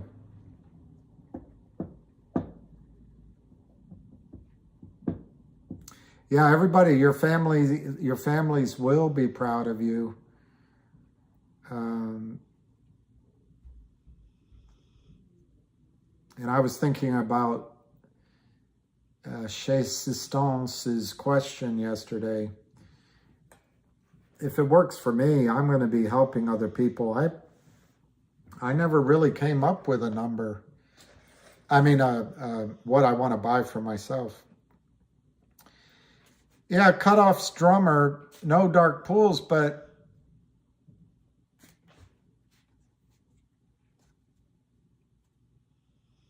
Kurt called me Bernie Madoff on StockTwits. He has 4 followers. Oh, so he's fake, false Kurt.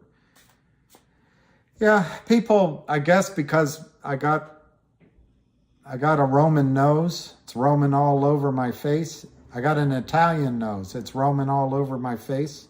My mother used to say that. Hey, Bill, you got an Italian nose. It's Roman all over your face. And she'd burst out laughing, even though she too had an Italian nose. But people also say I look like Bernie Madoff because I have this hair, this Irish driveway. I don't think I look like him at all, but I guess a quick look, maybe I do. People say I look like,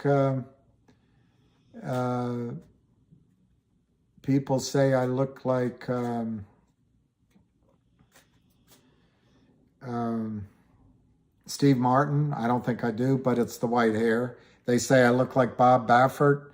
When I have sunglasses on, maybe, but It's just the white hair. People say I look like Ric Flair. I think it's the white hair.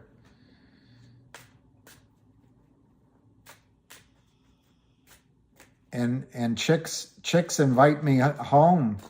I think it's the white hair. No, I'm just kidding.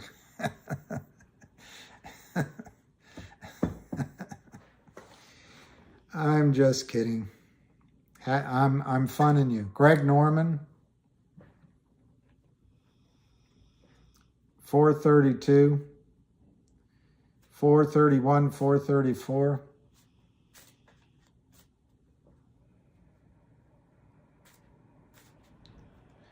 White hair, don't care. Hair today, gone tomorrow.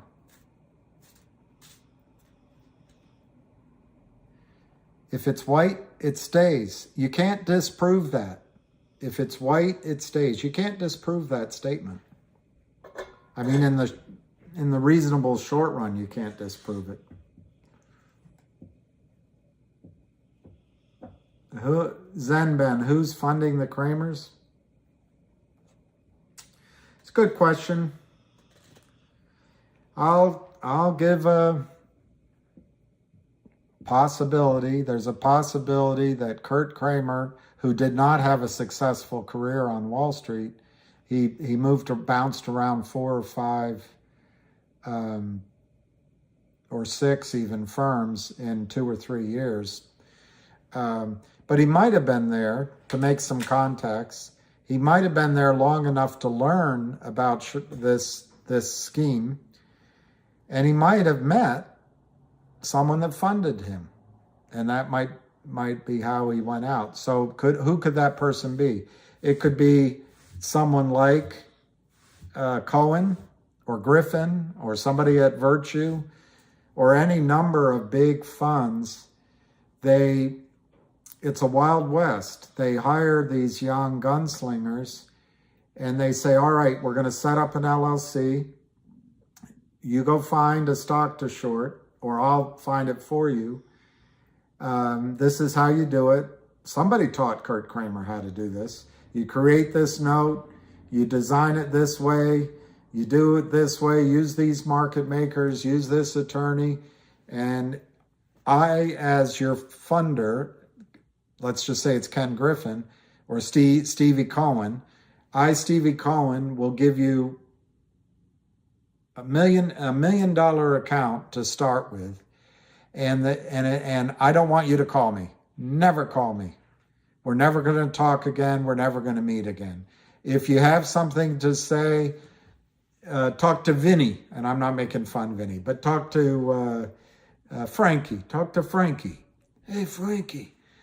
And you meet him in the car garage down the street next to Harry's Saloon.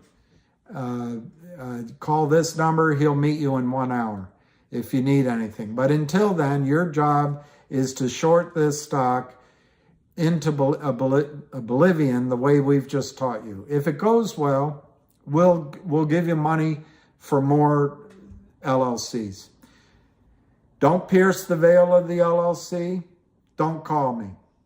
When it's done and the profits are finished, I expect to hear. I want an update with Frankie once a month.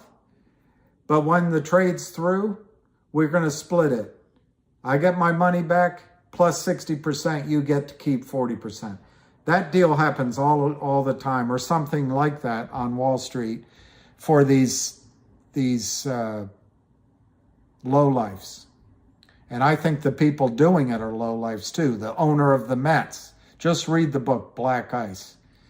But anyway,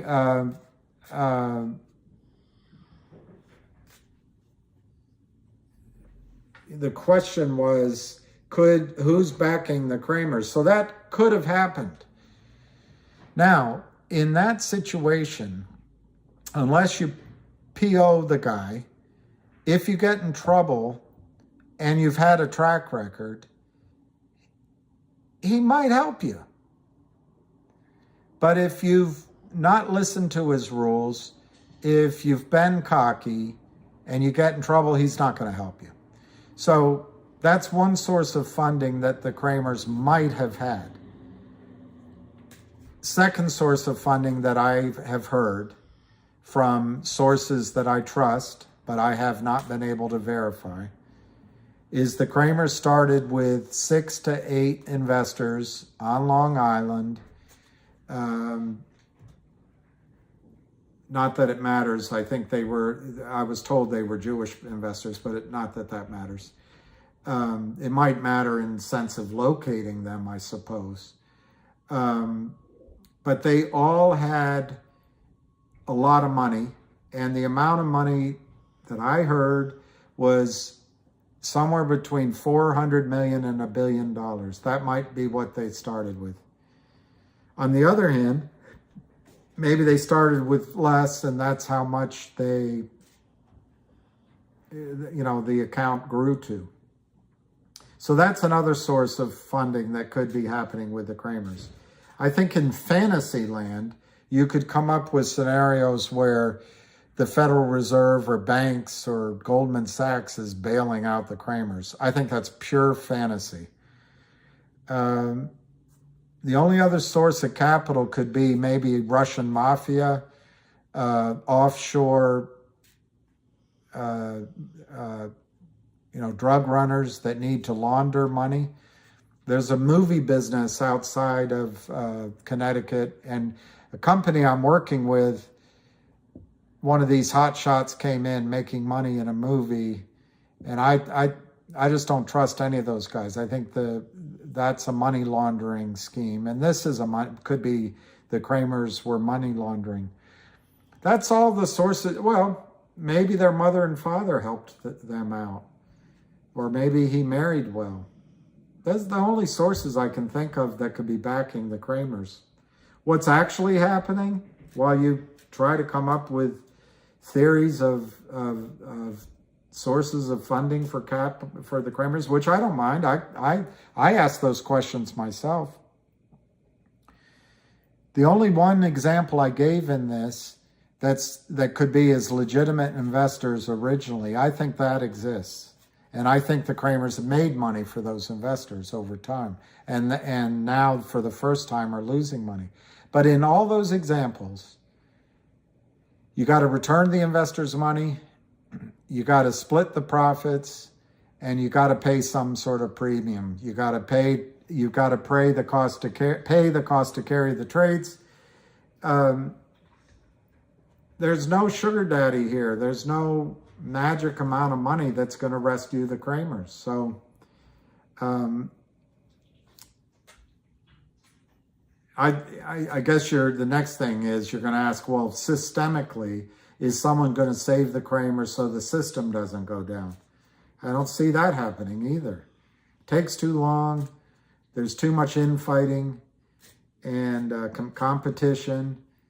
And bottom line, once the Kramers let anybody know they're in trouble, Ken Griffin, Steve Cohen, and those kind of people, arm's length, will have somebody buy GTII to wring all the profit out of it to the upside on your side of the trade. Fidelity's definitely helping. Well, that's a different question. People do things in their own interest. The friend of my enemy is my friend. The enemy of my friend is my enemy. Well, in situations like this, there's strange bedfellows. And Fidelity, I think what's going on at Fidelity is one of the reasons why the stock's about to explode to the upside. I think Fidelity's trying to handle requests to exercise the warrants at $2.75. The stock is $4.34. So there's a certain amount of warrants, which, by the way, you're supposed to do it directly with the transfer agent, the legitimate warrants. That $2.75 is going to GTII, which is great news. Fundamentally, fantastic news. But there's the fake warrants that Fidelity has to honor. So you call them up and you say, I got 1,000 shares, 1,000 warrants. I want to exercise at 275. They give you a runaround, and they are giving runarounds. And they're saying, well, they cannot admit that what they put in your account is just a placeholder. It's just a Xeroxed copy of the form letter that says there's a warrant. It's just an entry. That's fraud.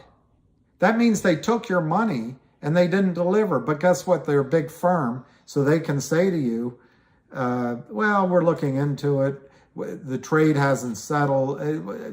It takes a while. This is normal procedure. As the woman at E-Trade said to me, are you upset with me because I'm a woman? No, you're giving me the runaround. It has nothing to do with that you're a woman. Well, I'm a licensed blah, blah, blah, blah. They're just giving runarounds because they know that the warrant in the account is phony. It's fraud. So they give themselves this window of time to settle the trade. And I'd say it's been going on for 2 weeks. Fidelity can blame Merrill Lynch, I'm just using the name, because Merrill didn't settle the trade. So Fidelity's calling Merrill. Merrill's saying, well, we don't have it either. Let us call our client. So it's kicked around for a while, but eventually, after a few days, couple of weeks, time's going to run out on that game. Fidelity helping the Kramers? Fidelity wants to commit fraud? Fidelity wants to lose its license to trade shares? Fidelity wants to risk its assets under management fee-based business? Fidelity wants to risk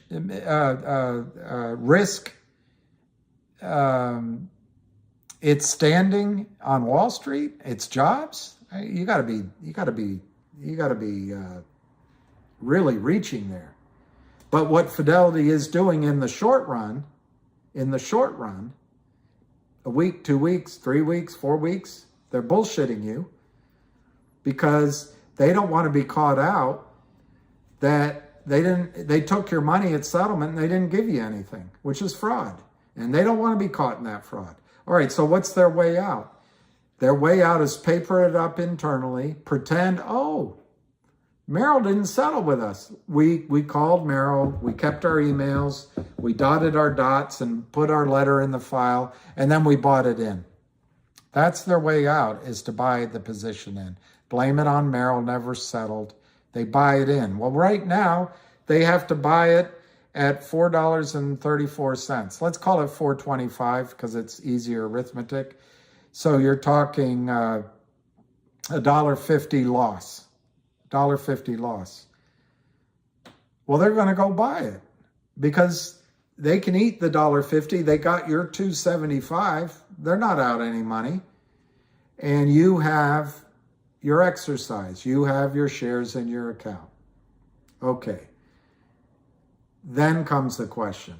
Don't they have to send the $2.75 to GTII? Well, no, because GTII only has a certain amount of real warrants.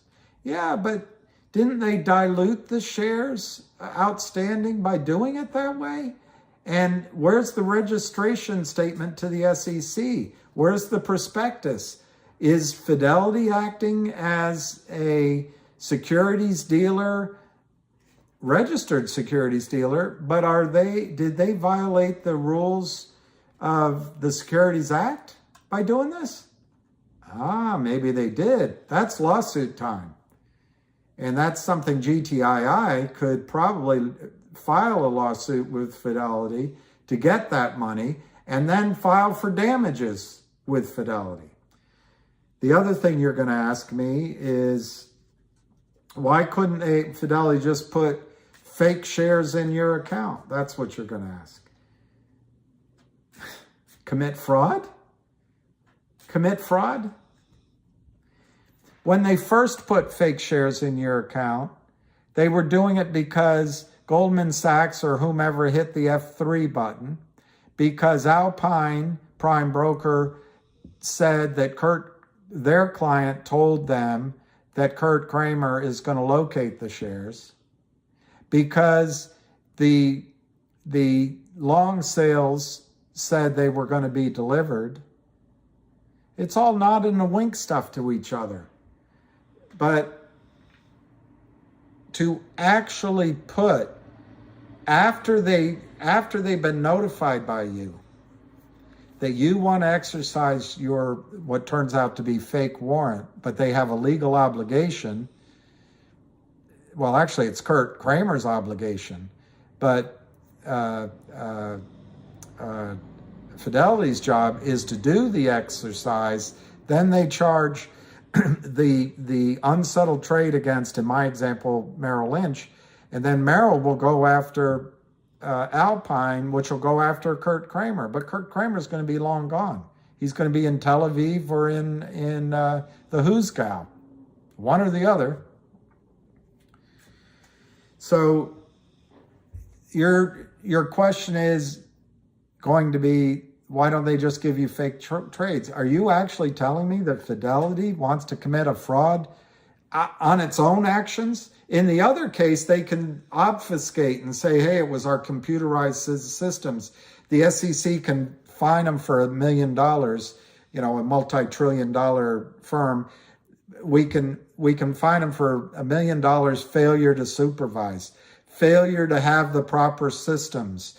It was a mistake. It got through our risk management team, and they might fire some young intern, and they go on with their lives. But you're actually thinking Fidelity would want to help the Kramers by putting a fraudulent certificate that Fidelity created? In the other situation, Fidelity's just putting a placeholder because they've been promised on the other side of the trade that settlement's coming. And they can bullshit the authorities and the court and say, well, it's the other guy's fault. And the other guy will say, hey, it's Alpine's fault. And Alpine will say, hey, it's Kurt Kramer's fault. And Kurt Kramer will say, I didn't break the law. It's Charlie Mayo's fault. And then Charlie Mayo will say, no, it was a rogue trader. And because they're all white boys mostly, and they went to colleges, the courts believe them. And if you want to really, if there's any reporters listening in, or if you're Maxine Waters, you really want to get upset, go the racial route. Try to find out if any young man, as you put it, of color, darker skin than I am, we're all basically the same color. I mean, what color is that? That's black. Do you see any person that's that color? What color is this? That's white. Am I that color? It's all bullshit. But anyway,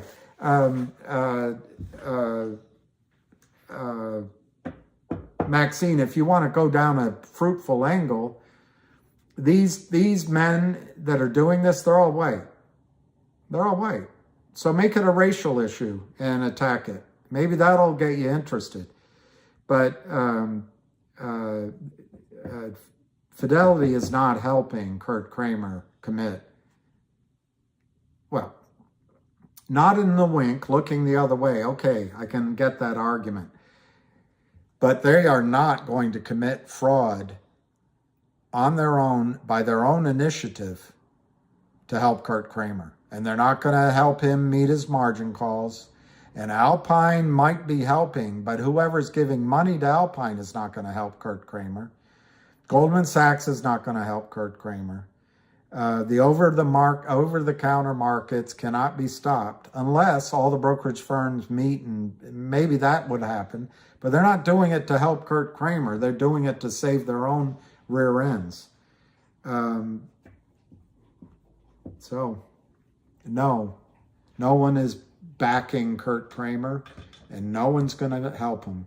And the only people that might still be helping him, in my judgment, is those 6 or 8 loyal investors that trusted money with Kurt Kramer, that think that their money is still safe. Otherwise, I think Kurt Kramer's on his own. And obviously, it's his LLCs, it's his buddies, it's his offshore accounts, and it's all hidden. And he's got a lawyer hiding it for him. And he doesn't want to violate his cease and desist with the SEC, which will bring up all sorts of challenges. He might want to sign a new cease and desist with the LLC. Ultimately, he doesn't want to go to jail. And in my judgment, in my opinion, Kurt Kramer has only two places to go. Some place where they can't extradite him or into prison.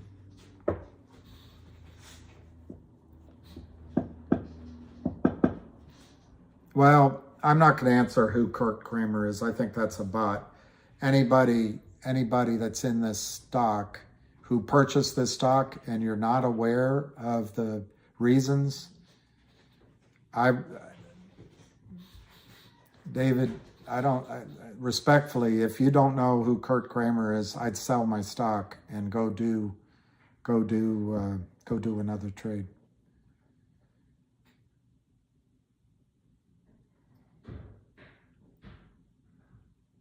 I don't understand that, Jay. We'll see all the FTDs starting Monday, about 2.5 million.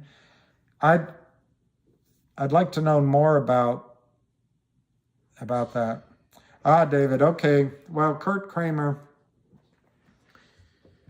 let me show you.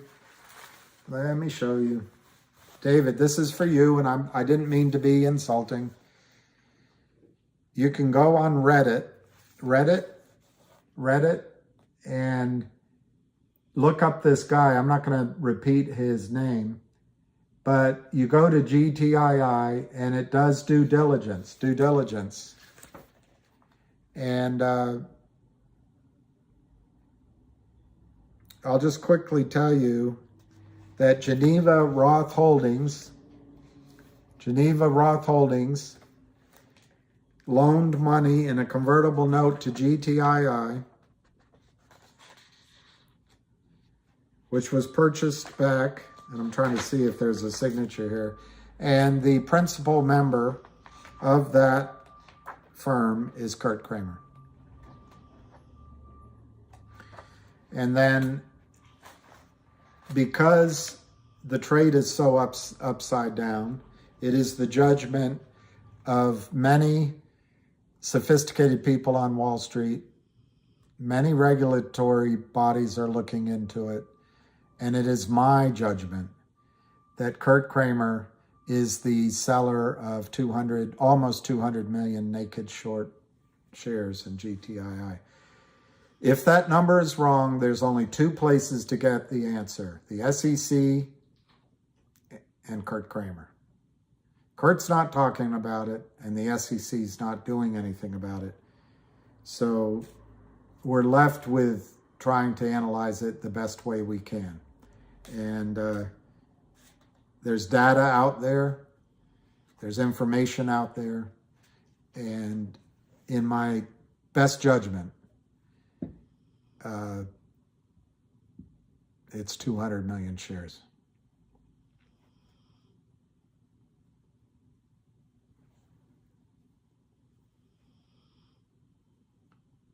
Exactly. Yeah, I might go in a second. I just want to see what some of the questions were while I was blabbing.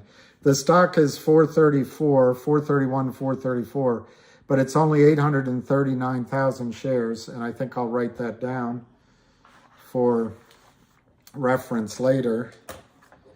Let's see, 434, 839.9 at 1240. And all right, David, just if you can go on Reddit and look at this due diligence, it's about this thick. Sometimes they post it, on Twitter, but it's excellent. And this gentleman deserves kudos. I don't know his real name, and unfortunately his handle on Reddit is a little racy, so I can't I can't really give him credit, but you'll find it. He does really good work. Anyway, so then Finger right now is 641, down 35 cents. It's only 214,000 shares, so we'll use that. Yeah, I think WB, it's a good point you make, WB. Once this gets back over 5 and 522, margin risk is going to be intense because they already did their BSing. They're not going to get a lot of time for BSing again. And then the other thing is they've sold more stock. They've spent more money to keep this stock down. So the crisis point number comes lower and lower and lower. Yeah, it's a lot of barcoing. Some pizza. I don't know about pizza, but maybe I will.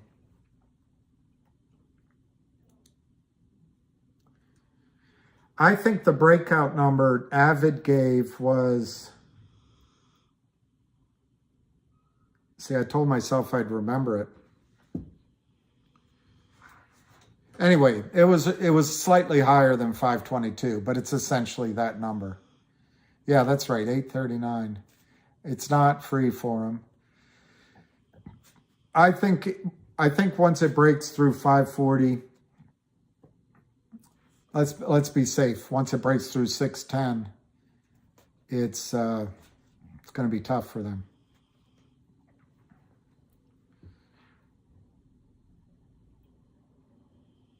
All right. One advantage of going to take lunch. Yeah, Jeff. I always feel like I overpay and I'm late. Lou, I think I used to say that the number, and I pulled it out of thin air. The number, yeah, there's so many, Alan, there's so many companies destroyed. It's so depressing.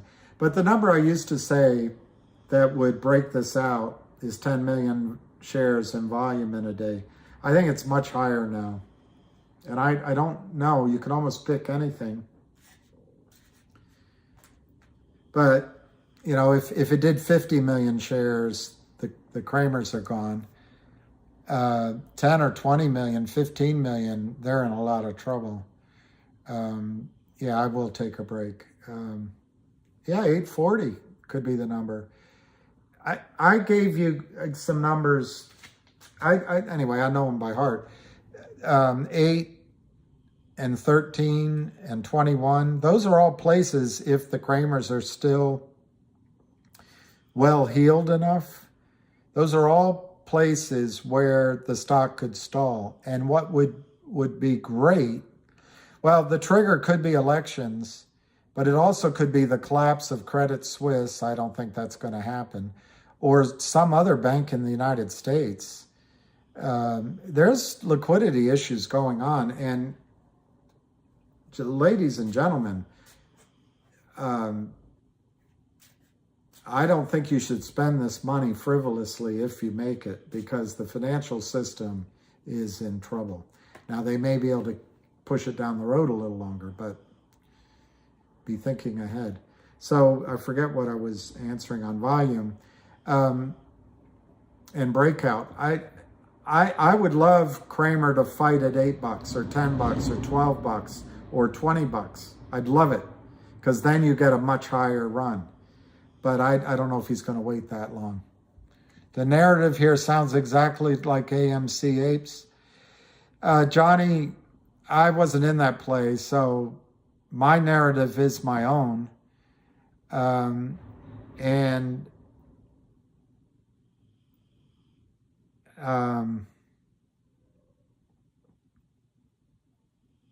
So max or million, I don't know how to take that away. Anyway.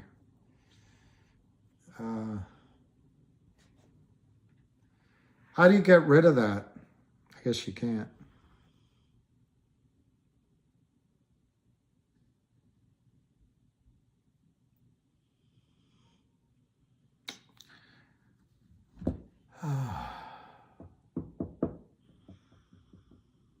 See, Lou is right. Anyway, I saw it, Max, so I don't know how to get rid of it. I don't know how to protect it now. It's out. It's out. So, Matt, they put my cell phone number on StockTwits. So everybody has it now. Yeah, my phone number. You know, my grandmother used to say, no good deed goes unpunished. And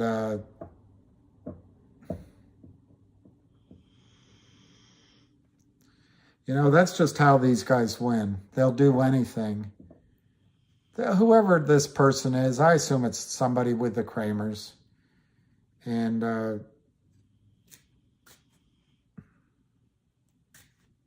I've had that. Now I've had that number for so long.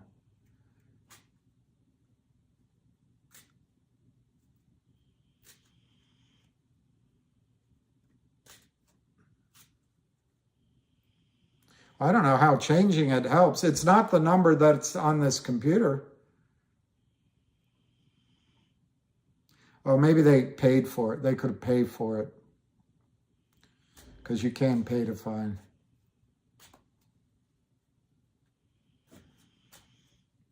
Thank you for reporting it. Kendall.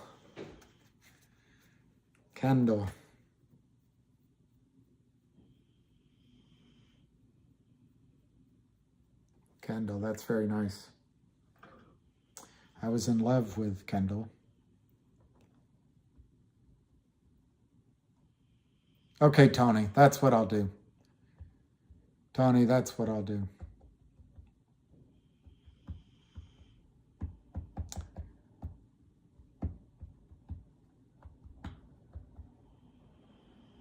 It's kind of depressing.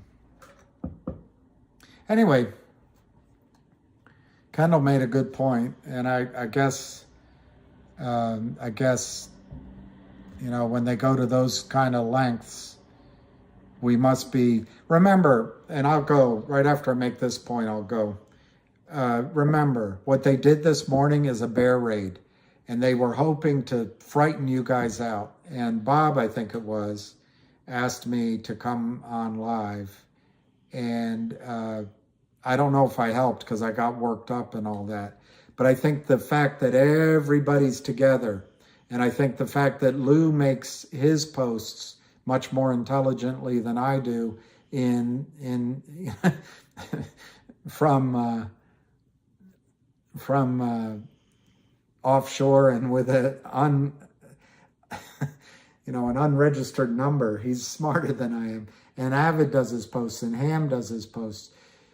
They can't shake you out. And I think maybe the desperation of this little evil little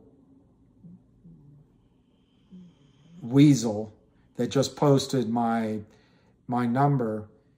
I don't know any of you can call me, but I don't know that many people involved here that are going to target me except that little son of a bitch.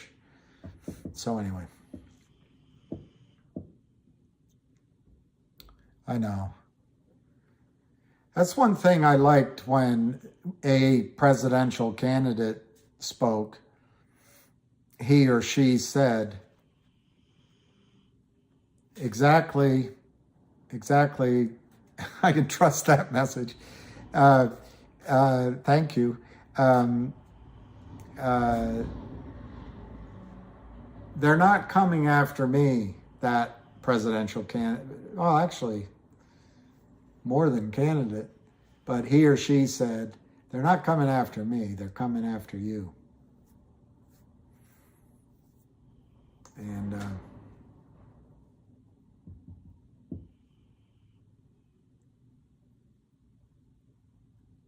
all right, there are some people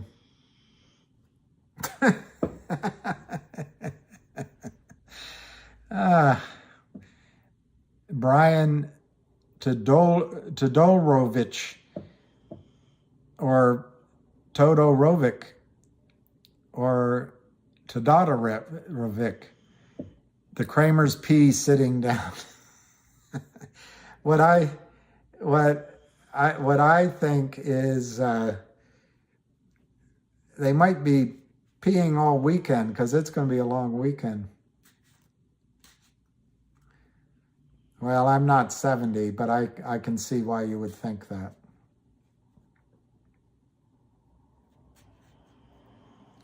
Keith, Finney, I agree with you, and thanks, David.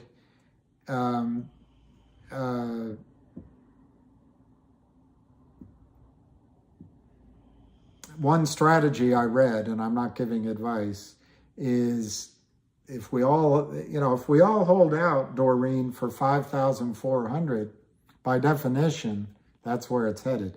But anyway.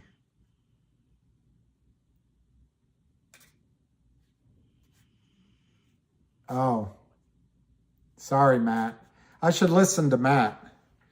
Matt is the voice of reason in the headwinds of noise.